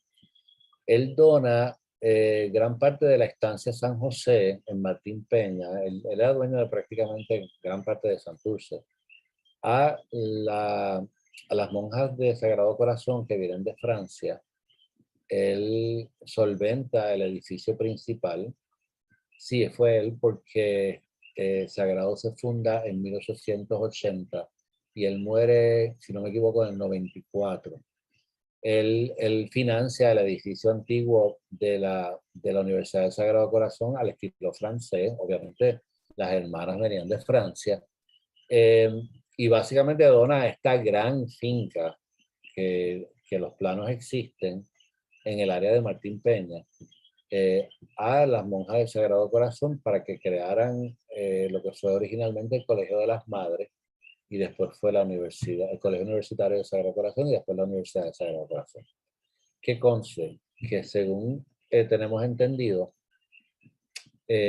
la donación inicial de tierra fue mucho, pero que mucho más grande que los actuales predios de la Universidad del Sagrado Corazón. Recuerde que la iglesia era solventada por el Estado hasta la llegada de los estadounidenses con la política de división de iglesia y Estado. Muchas de las iglesias se quedaron sin recursos económicos para subsistir.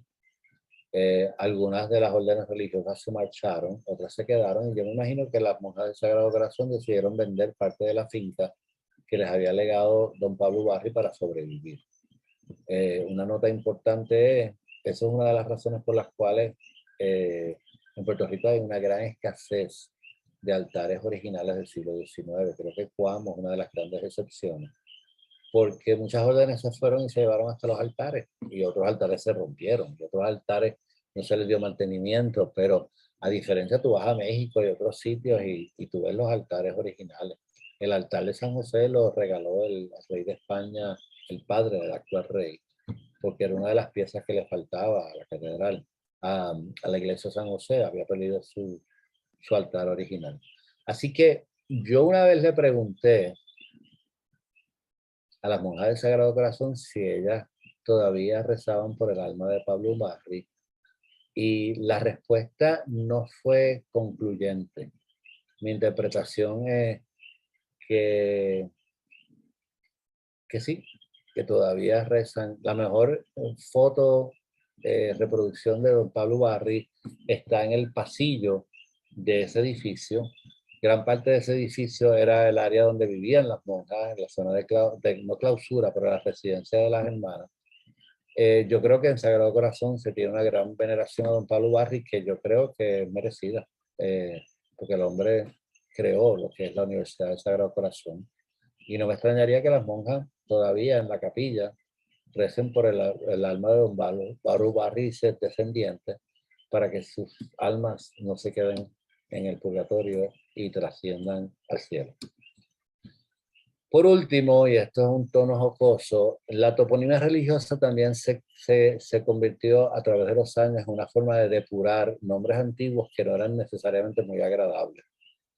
Gran parte de los cambios de nombre de barrios en Puerto Rico han sido para coger un nombre de barrio y ponerle un nombre religioso. Ese fue el caso del barrio San Antonio de Caguas, que se llama Jaguas Quebrada Puerto. No creo que nadie quería vivir en un barrio que se llamaba Quebrada Puerco. Y Atopuerco, por ejemplo, en Carolina, o es Campo Rico, y le pusieron el nombre a San Antonio. El barrio San Salvador, que era supuestamente parte del Hato de Gregorio de Culebras, pero eso ahora Lucet está trabajando en una interpretación nueva, pues le cambiaron el nombre, creo que fueron los redentoristas, al barrio San Salvador ya en el siglo XX, que es el barrio actual. Y es bien cómico porque todos los que hemos leído El Quijote, sabemos que el Quijote utilizaba esa palabra que está ahí, que se llama bellaca, en una acepción totalmente diferente a la que usamos hoy en día. Él le decía bellacos, malandrines, follones, etc. Y obviamente, pues posiblemente el nombre del barrio tenía que ver con la quebrada, y el nombre de la quebrada tenía que ver, como en el caso del área sur, con descalabrado y nombres así, que eran nombres que describían eh, las características de esas quebradas. Si conocemos a Quebradillas, sabemos que Quebradillas tiene una bajada fuerte de esta meseta de calzo que empieza en Oaxaca y no termina hasta Aguadilla, si no me equivoco. Por eso es que los ríos son subterráneos en esa área. Pues posiblemente la quebrada Bellaca bajaba y bajaba bien fuerte. Y obviamente pues con el tiempo le pusieron San José, porque nadie quiere decir que vivía en el barrio Bellaca, especialmente en los tiempos modernos. La Gloria yo espero que no te censuren esto, Pablo. La Gloria fue antes Quebrada Infierno de Gurabo. Obviamente nadie quiere vivir en un barrio que se llama Quebrada Infierno, y la inventiva posiblemente de los párrocos fue, bueno, vamos a ponerle La Gloria. Sin embargo, al otro lado de la colindancia municipal, en Trujillo Alto, todavía tenemos el barrio Quebrada Infierno, porque aparentemente, de nuevo, como decimos en los barrios, tenemos una unidad territorial que tenía un nombre propio, que fue dividida posteriormente por los municipios. En Gurabo le pusieron La Gloria, en Trujillo Alto se quedó como Quebrada Infierno. También hay una que se llama Quebrada Negrito, que todavía existe, y que posiblemente en estos tiempos que tenemos de corrección, tal vez le cambien el nombre también. Pero en realidad el barrio Quebrada Infierno se le llama barrio Santa Rita, así que la influencia de los párrocos también se hace sentir. No es extraño que un barrio censal tenga un nombre y la gente de la comunidad le haya adjudicado otro. En este caso le dicen Santa Rita al barrio Quebrada Infierno. Hay otros casos como el barrio Egoscue en Patilla, que tiene que ver con un político del siglo XIX, principios del XX, y la gente le llama Barrio Bosque, porque pues, ¿qué significa Bosque? Pues obviamente ahí cuando los políticos se metieron a poder nombrar a los barrios, pues la gente no necesariamente, hay un barrio Muñoz Rivera y todo el mundo le llama Real, también en esa área, porque a la gente no le importa, no le interesa. Hay un barrio Marín en esa área también, etcétera. Algunos historiadores han sugerido también, y creo que es el padre muy querido Francisco Picó, en sus trabajos de Utuado, que Ángeles, aunque muy conocido barrio Ángeles de Utuado, es difícil decir que es Ángeles de Utuado, porque es como Castañer, ellos entienden que ellos son de Ángeles, punto. Se llamó Criminales, porque había una quebrada que se llama la Quebrada de los Criminales. Eso, parte del asunto es un poquito así anecdótico, pero obviamente, de nuevo, recalcamos que la toponimia religiosa, como último punto de la conferencia, ha sido utilizada como una forma de corrección de nombres antiguos que no son agradables o que pueden ser impropios en nuestra época contemporánea. Así que eso, usualmente esos barrios son nombres recientes del siglo XX en adelante, por ejemplo. La toponimia religiosa, todos estos nombres demuestran la fuerte presencia de la religiosidad en nuestra historia y por tanto en la historia de los barrios, que todavía aluden a estas devociones que tuvieron colonizadores, párrocos, religiosos, hombres de Estado, etcétera, que vivieron en Puerto Rico y que tuvieron una gran fe. Hago una nota de que sí en la toponimia indígena, a pesar de los issues de interpretación del significado, existe un poquito de toponimia religiosa, muy poca, que yo pueda confirmar, pero también obviamente hay lugares que tienen nombres indígenas que han sido vinculados con elementos devocionales de los indígenas de los taínos. En términos de la toponimia africana, y quiero hacer esa aclaración porque es que no es que estamos siendo eurocéntricos, realmente no hay muchos barrios que tienen toponimia africana en Puerto Rico. Hay sectores que estamos empezando a documentarlo, como es el sector Miñi Miñi en Loíza, como es el sector Yambele, que era un área donde mi padre iba porque eran los mejores albañiles. O sea, era un núcleo de esclavos libertos, artesanos, obreros. Y yo me acuerdo que sí, la familia Hernández de Yambele, cuando yo era pequeño, eran los mejores albañiles del área metropolitana. Y tuvieron una ferretería por mucho tiempo. Yambele ha sido cortado por expresos, por urbanizaciones, por la carretera de los filtros, por Parkville. Y realmente hoy en día Yambele son más de una comunidad porque fueron cercenados. ¿Cómo se hace en la planificación? O sea, si vamos a tirar la avenida, vamos a tirarla por encima de la comunidad pobre de una vez. Tú sabes, relocalizamos a sus miembros. No los van a pasar por el medio del área más residencial y más cara. Pero ese es otro tema. Pero Yambele existe y existe, si tú lo miras desde arriba en un mapa, te das cuenta de que ha sido cortado por el medio y todo lo demás, pero persiste esa comunidad y es muy orgullosa y se llama Yambele, pero yo todavía no he entrado en detalle en términos de qué significa. En Arecibo, por ejemplo, hay una comunidad que se llama Biafara. Interesante, ¿verdad?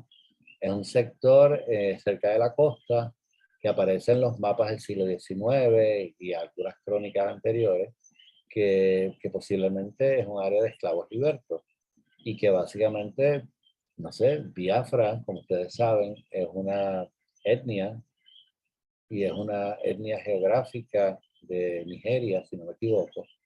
Así que es posible que haya un vínculo entre poblaciones afrodescendientes y esas localidades.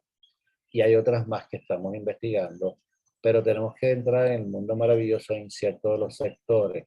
Y la toponimia de sectores, pues obviamente tiene cosas así como Ocean Park, o sea, que son bien contemporáneos, o Floral Park, que hay un artículo excelente de Aníbal Sepúlveda sobre Floral Park, sobre la evolución de la área metropolitana hacia el área de Atorrey. Y obviamente, pues, el Hato de la Teja era una comunidad de esclavos libertos que tenía potencial de como cangrejos convertirse en un municipio, en una comunidad, y obviamente esas comunidades de esclavos libertos que eran artesanales y obreros han sido reconocidas como un elemento muy importante en la transición agrícola de Puerto Rico hacia un capitalismo o un precapitalismo, porque era mano de obra especializada que generaba riqueza y que empezaba a crear una clase media. También sucedió en Haití, sucedió en otros sitios. Estas comunidades de artesanos libres fueron muy importantes en crear los bienes y los servicios que necesitaba el desarrollo urbano y económico, especialmente del área norte. Y no hablo de Loíza, porque en Loíza también hay varias.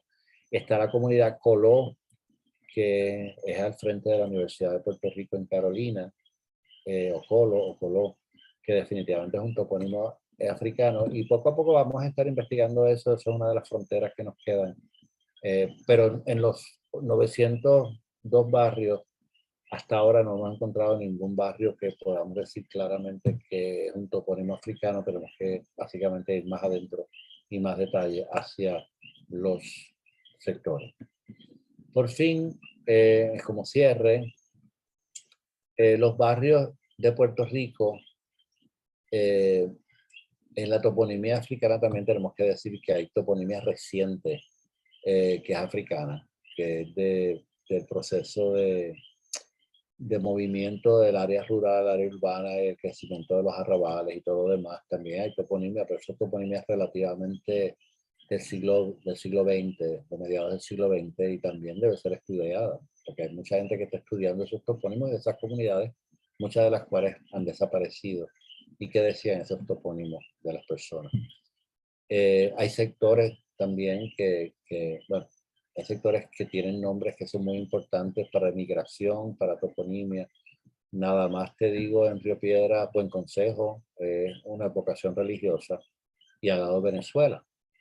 Y posiblemente tiene que ver con los emigrantes venezolanos, igual que el área de Higüey en Aguadilla. Hay historiadores que han dicho que esas fueron personas que abandonaron la República Dominicana cuando la invasión de Haití y se relocalizaron en esa área de Aguadilla, y el barrio lo pusieron Higüey, en conmemoración o en honor a la comunidad a la que básicamente habían pertenecido antes de exiliarse a Puerto Rico. Así que los nombres de los barrios nos sirven de tantas formas para recorrer la línea del tiempo en sentido inverso. Sus topónimos o sus nombres de lugar son ventanas en las cuales podemos ver la flora, la fauna, las topografías, las hidrografías de la antigüedad y del presente. Reconocemos los rastros a través de ellos de viejos hatos, y vamos a hacer lo de los hatos, cotos, haciendas, ingenios menos, pero por lo menos cotos, hatos y algunas haciendas. Captamos los patrones de colonización, cómo se movió la población, cómo no se movió, especialmente en la costa este, especialmente en la cordillera, los corzos, etcétera. Los patrones de explotación de la tierra cuando bregamos con la flora, y vemos que hay barrios que tienen nombres de árboles, plantas que no se cultivan hoy en día en Puerto Rico y que se cultivaron en esa época a través de los nombres, como por ejemplo yo siempre uso cacao, que se sembró antes que llegara el café. Yo tengo alrededor de 60 matas de cacao y me fascina el proceso de crecimiento. Vamos a ver, que se están peleando por comprarla. El fruto, no la flor. También nos sirve para reafirmar herencias y persistencias indígenas, y ese es nuestro coloquio de junio, que va a ser interesante, sobre la toponimia indígena, que es la predominante en Puerto Rico, para exhumar los nombres y las señas de remotos colonizadores que todavía designan los espacios en donde se establecieron hace 3, 4 siglos, 5 siglos, para develar cómo hablaban, que es otra cosa muy importante, es el español medieval en los nombres de nuestros barrios, como puede ser el barrio Abra, Honda y el barrio Abra, que son palabras que ya no se usan, pero que eran medievales, y hay otras más. Los costumbres, sus imperativos, que era lo que les importaba, y sobre todo en la noche de hoy sus devociones. Los convidamos a que sigamos redescubriendo este cimiento omnipresente en nuestra historia, y que revaloremos no solamente los barrios, sino sus nombres, como una pista para reconstruir una historia rural poco documentada, pero no por eso tan importante e interesante.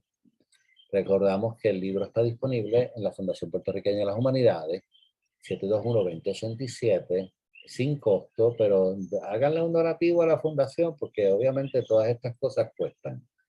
Y yo creo que acabamos. Gracias.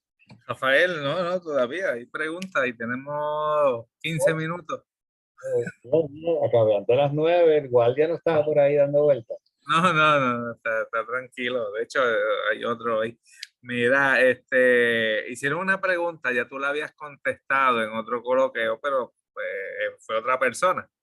Y es que están preguntando por el barrio Venezuela en San Juan.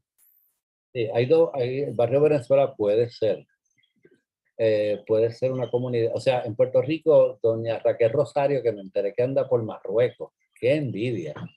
Es una de las genealogistas principales en Puerto Rico, pero también ella hizo un libro que está acá atrás, que es sobre, no, más de un libro, que es sobre un segundito que aquí tuvo un problemita, que es sobre, o sea, doña Estela Cifre de Lubriel habló sobre las migraciones baleáricas, vascas, catalanes, mallorquinas, Santander, etcétera. Pero Raquel trabajó la otra parte que no se había trabajado, que era los venezolanos que vinieron a Puerto Rico cuando la victoria de Simón Bolívar. Y fueron muchos venezolanos, ya documentó los apellidos, los nombres, y usualmente eran leales a la corona. Y por eso tuvieron tanta importancia en el gobierno de Miguel de la Torre. Suponemos, pero no es especulativo, no puedo decir con la certeza que puedo hablar del Higüey en Aguadilla, que posiblemente Venezuela tenga que ver con un asentamiento de tierras concedidas a venezolanos emigrantes en Río Piedras. Pero, de nuevo, los historiadores de Río Piedras, y Marcial Ocasio es uno de ellos, pueden abordar más sobre eso. Muy bien, entonces ahora me están escribiendo si puedes comentar algo sobre el barrio Mambiche en Humacao. Y más abajo escribieron Shanghái en Santurce. El bambiche, si no me equivoco, es un insecto. Exacto. Un insecto, pero yo puedo contestar eso después porque no levanté la tesis, que es donde yo básicamente, mientras ustedes preguntan, yo me acuerdo, hacíamos radio hace mucho, preguntaba y yo, sigue hablando, sin filosofía, sigue hablando en lo que yo averiguo esto, porque no las tenemos, pero entiendo que mambiche tiene que ver con un insecto. Barrio Shanghái, Vietnam, todo lo demás, no son barrios, son barriadas. Y son barriadas que llevan los cinturones de pobreza del área metropolitana que se crearon en la década del 40 cuando las personas abandonaron los campos a buscar fortuna con la industrialización de Puerto Rico. Y es bien interesante porque los nombres que le pusieron muchas veces tenía que ver con eventos históricos de la década del 40, del 50, como puede ser Vietnam, como puede ser Shanghái, como puede ser Corea, como puede ser diferentes cosas. Ese es un área de investigación toponímica que es interesantísima, que es mucho más reciente, pero que es bien importante que se haga antes que los sobrevivientes de esas comunidades ya no puedan contar su historia. En el caso mío, las que yo investigo, no. Ya esa gente no puede contar su historia. Hay que buscarlo en los documentos. Wow, interesante. Nada, ahorita mencionaste los que son de origen africano, ¿verdad? Eso también podría ser otro programa en el futuro. Sí, Este, dice porque básicamente no es que yo sea de esa corriente de que lo que me interesa es el español y todo lo demás y todo lo demás. No es que no hay toponimia indígena, digo, africana en los nombres de barrios, ok, pero poco a poco ha estado emergiendo en los nombres de sectores. Y los sectores, pues obviamente, si hay 902 barrios, y vamos a decir que hay 10 sectores por, no sé, por municipio, y hay sectores, hay comunidades rurales, hay diferentes otras categorizaciones, algunas de las cuales solamente se pueden reconstruir a través de los registros electorales para los colegios electorales. Pero lo haremos trabajando con eso. es bien importante que podamos reconstruir eso y podamos reconstruir las comunidades a través de la toponimia, las comunidades de negros libertos, que es lo que estaba hablando de que fueron ejes económicos en el siglo XIX. Muy bien. Me piden otra vez que menciones sobre el barrio Venezuela. Si, el escritor es Jaquel, ahí se me fue el apellido. Doña Raquel Rosario tiene un libro. Sí, Jaquel Rosario, correcto. De hecho, la tuvimos aquí en un coloquio hablando de María de las Mercedes Barbudo. Exacto. Déjame. Ay, estoy con la L. ¿Vas a buscar el libro? Aquí. De hecho, Raquel Rosario, si alguien está interesado, tiene una página web donde están sus libros. Usted entra allí y lo puede pedir. Voy ahora, sigue hablando. Sí, no, desconozco si están todos los libros de ella, pero por lo menos los últimos están en su página web y se pueden mandar ¿sabes? Se pueden comprar y se les hace llegar. Mira, disculpen la informalidad, pero para eso tenemos una biblioteca. Este es uno de ellos. Este fue el clásico, el primero. Bueno, creo yo el primero. Sí, lo están viendo. Los emigrantes a Puerto Rico procedentes de Venezuela entre 1810. Y es un catálogo, ¿ok? Y es una parte donde tiene todos los apellidos. Ella es una gran especialista y entonces obviamente después publicó otros registros de emigrados que tienen que ver ya con la Real Cédula de Gracia de 1815. Ya aquí no son solamente venezolanos, como sabemos, la Real Cédula de Gracia fue un gran incentivo para relocalización de personas de otros países.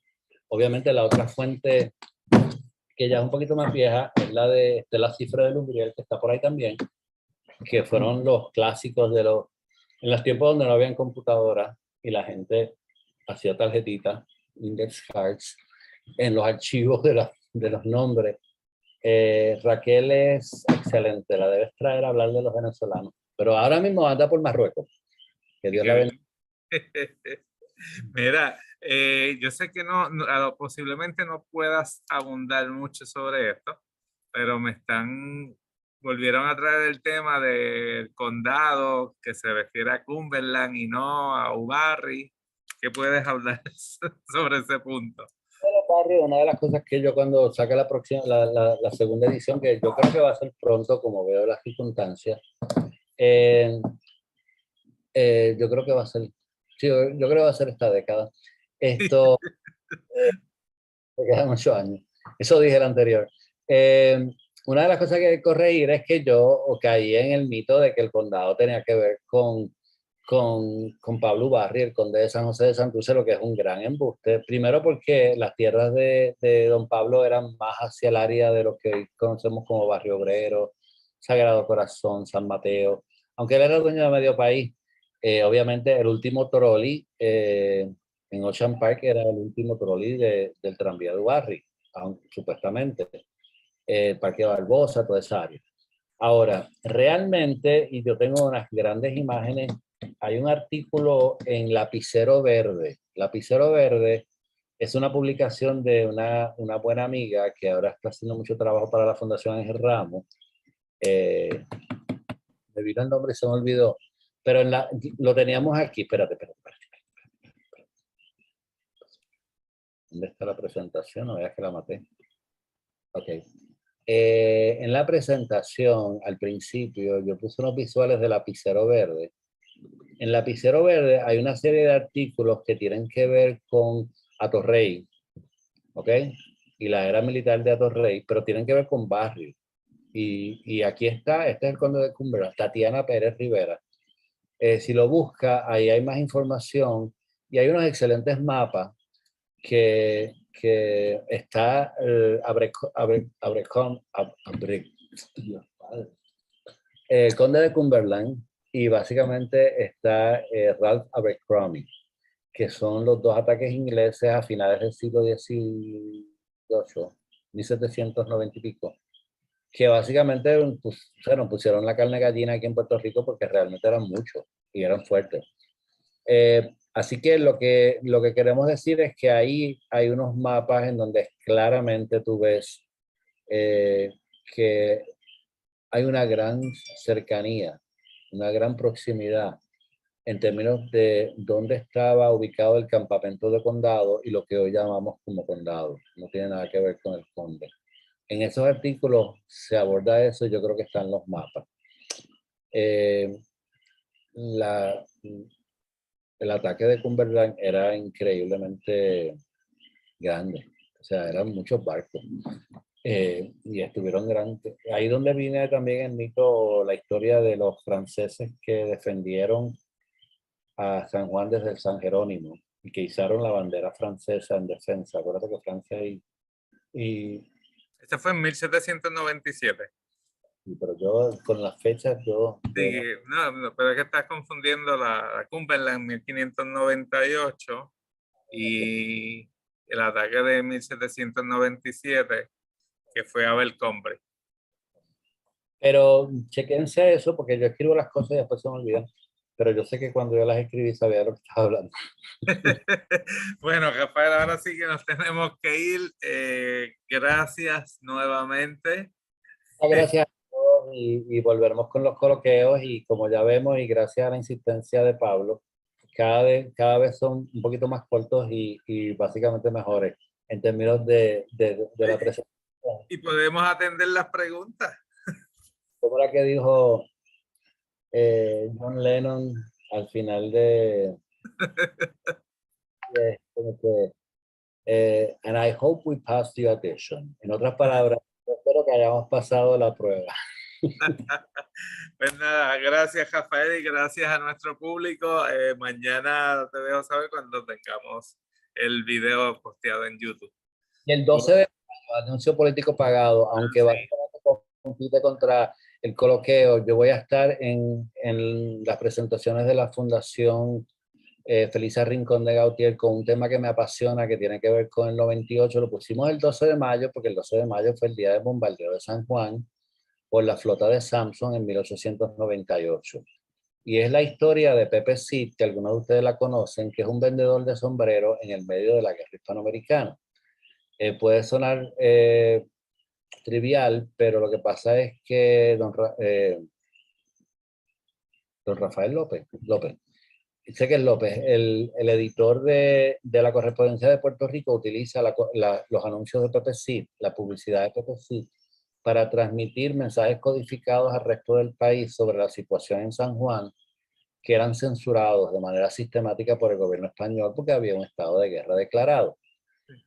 Es una presentación sumamente amena, en algunos puntos es cómica por los anuncios de Pepe Cid, y también es una introspección interesantísima, no solamente a la guerra, sino a los orígenes de la publicidad en Puerto Rico, que es un área que no se ha trabajado y se darán cuenta que muchas similitudes hay entre la publicidad de 1898 y las cosas que oímos en la televisión y en la radio hoy en día. Así que aunque no es un coloqueo, los invitamos el 12 de mayo a esa actividad. Gracias. Gracias, Pablo. Gracias, cuídate. Nos vemos. Nos vemos.